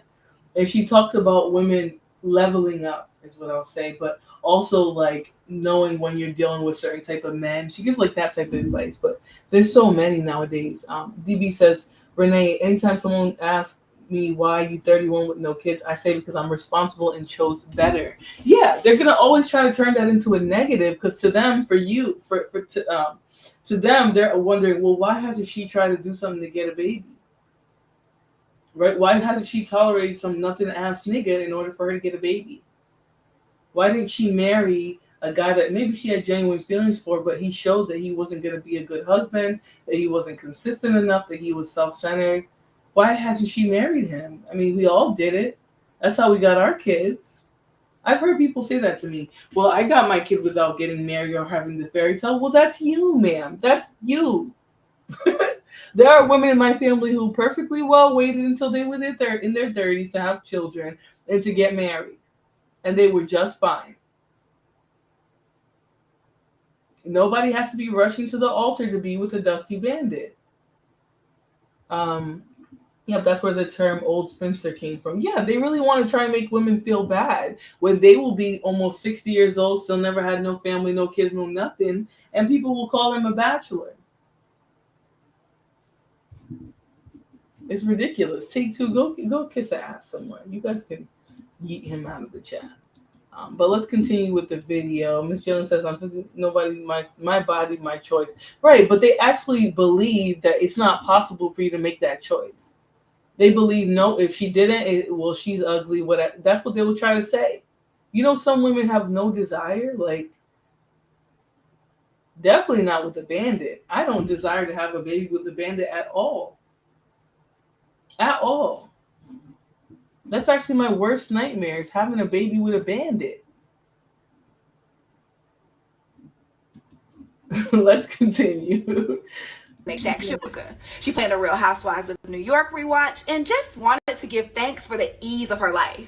Pretty inoffensive, right? This is Matt Walsh, a right-wing commentator who apparently had nothing better to do than criticize a woman for, checks notes, living her life. He posted Julia's video with this tweet. It's like whenever a woman on the internet declares that she actually enjoys being single or child-free, an alarm goes off for misogynists to come and try to convince everybody that she's wrong. Take Emily Ratajkowski, for example. She shared a TikTok about the benefits of being divorced before 30, and people called her delusional. And remember when Chelsea Handler did that segment about being childless, and Tucker Carlson and Ben Shapiro tried to come for her? Women around the world are choosing to get married later or not at all. And according to one study, there are a lot of reasons for that, from fear of infidelity to increasing career opportunities and independence. Put another way, marriage used to be one of the few paths to stability for a lot of women, and that's just not the case anymore. Having kids and being married is great if that's what you want, but more and more women are finding their happiness in other ways, and I think that should be celebrated too. Hey ladies, just a quick question. Did I miss the memo? Why is it that when a woman says that she is happy being unmarried and child-free, most men get triggered, and in the comment section they go like, wait till you get in your 50s and all you do is have a cat, wait till you get to your 80s and you'd have no one. Why is it that men get so triggered when women say that they do not want to get married and they are happy being child-free? It's like most men are grieving more than the bereaved. Like, it is my life. I am not your sister. I am not your daughter. Allow me to experience the so-called hypothetical regrets that you believe I will have when I enter my 50s or my 80s. Most of you men seem to be more worried for women who are happy being child-free and unmarried. Like, you go in the comments and people will spam an entire thesis, talking about, oh, you're going to regret it. When you're in your 50s, you're going to have a cat. Allow us. Let me just say, she's speaking facts here. Right? Men really want you to believe that you're going to be lonely. First of all, these bandits will be chasing you, women, until the end of your life. That's what they'll be doing. That's what bandits, that's what men do. All right? The fact that a woman doesn't want to settle to be with just any old nigga just to say they have one, so what? Men definitely get mad when women say they're happy alone. Yeah, because they can't fathom it. They're not happy alone. You have to think, men are not happy alone. So why would they say to you, hey, it's okay for you to be happy without us, and we know we're goddamn miserable without you? They're not going to tell you, go be happy without them. They say, no, you need to get you a man. I know how I feel when I don't got nobody. Get you a man. A lot of it is projection. But anyways, thank you all for joining me this morning. I don't have that much time to stay here and chat with you all, but I'm glad that I was able to chat for a few hours. I hope you guys enjoyed the content, the topics, the bandit roulettes, which I'm going to be pulling it out a lot more often. Now, I am not going to be going live every day. Okay, I'm not going to be going live every day, especially like this. But I'm definitely going to be making sure that I come and check you guys out a couple times a week. So make sure you guys look out for me. I will do it similar to this, or I guess simply yesterday, where I put the video I put the thumbnail out pretty early in the day so you guys knew. I did want to do a late night show, but I was exhausted. Like, when 9 o'clock hit, I fell asleep. I didn't have no energy to talk or nothing like that. So I was like, you know what? I'm going to be up early. I'm going to come and do a couple hours with you guys. And I appreciate everybody today who's come and had the conversations. Everybody who's donated, thank you all as well. You guys are an integral part of the show. There is no wall, so don't be tricked. The fact that people can think that they're going to convince women that there's a point in your life where you're not desirable anymore. It's not true. Even old ass women have access to men. It just is what it is. Men aren't picky. They're not picky. So I'm going to send you guys off with one of my tunes, Miss Unstoppable Flora. And then I'll see you guys on the next one. All right?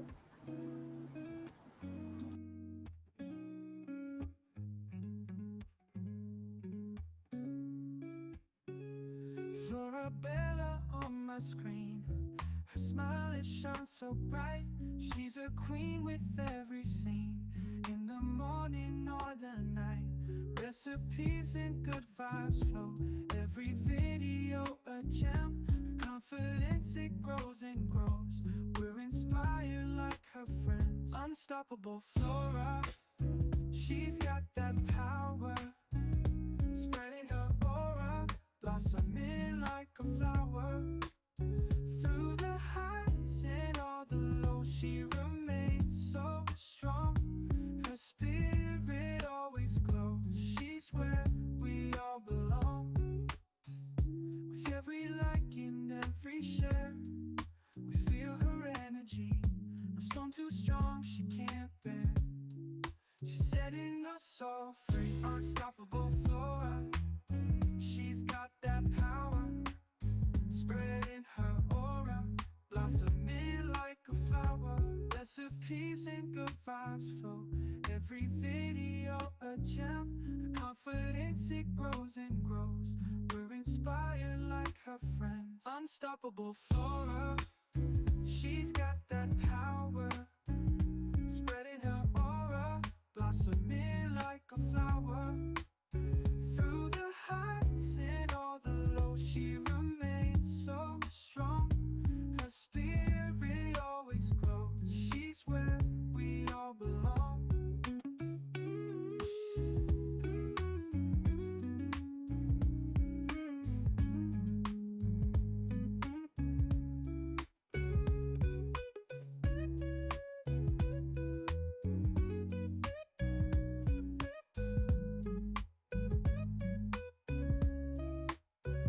With every like and every share, we feel her energy. No storm too strong, she can't bear. She's setting us all free. Unstoppable Flora. She's got that power. Spreading her aura, blossoming like a flower.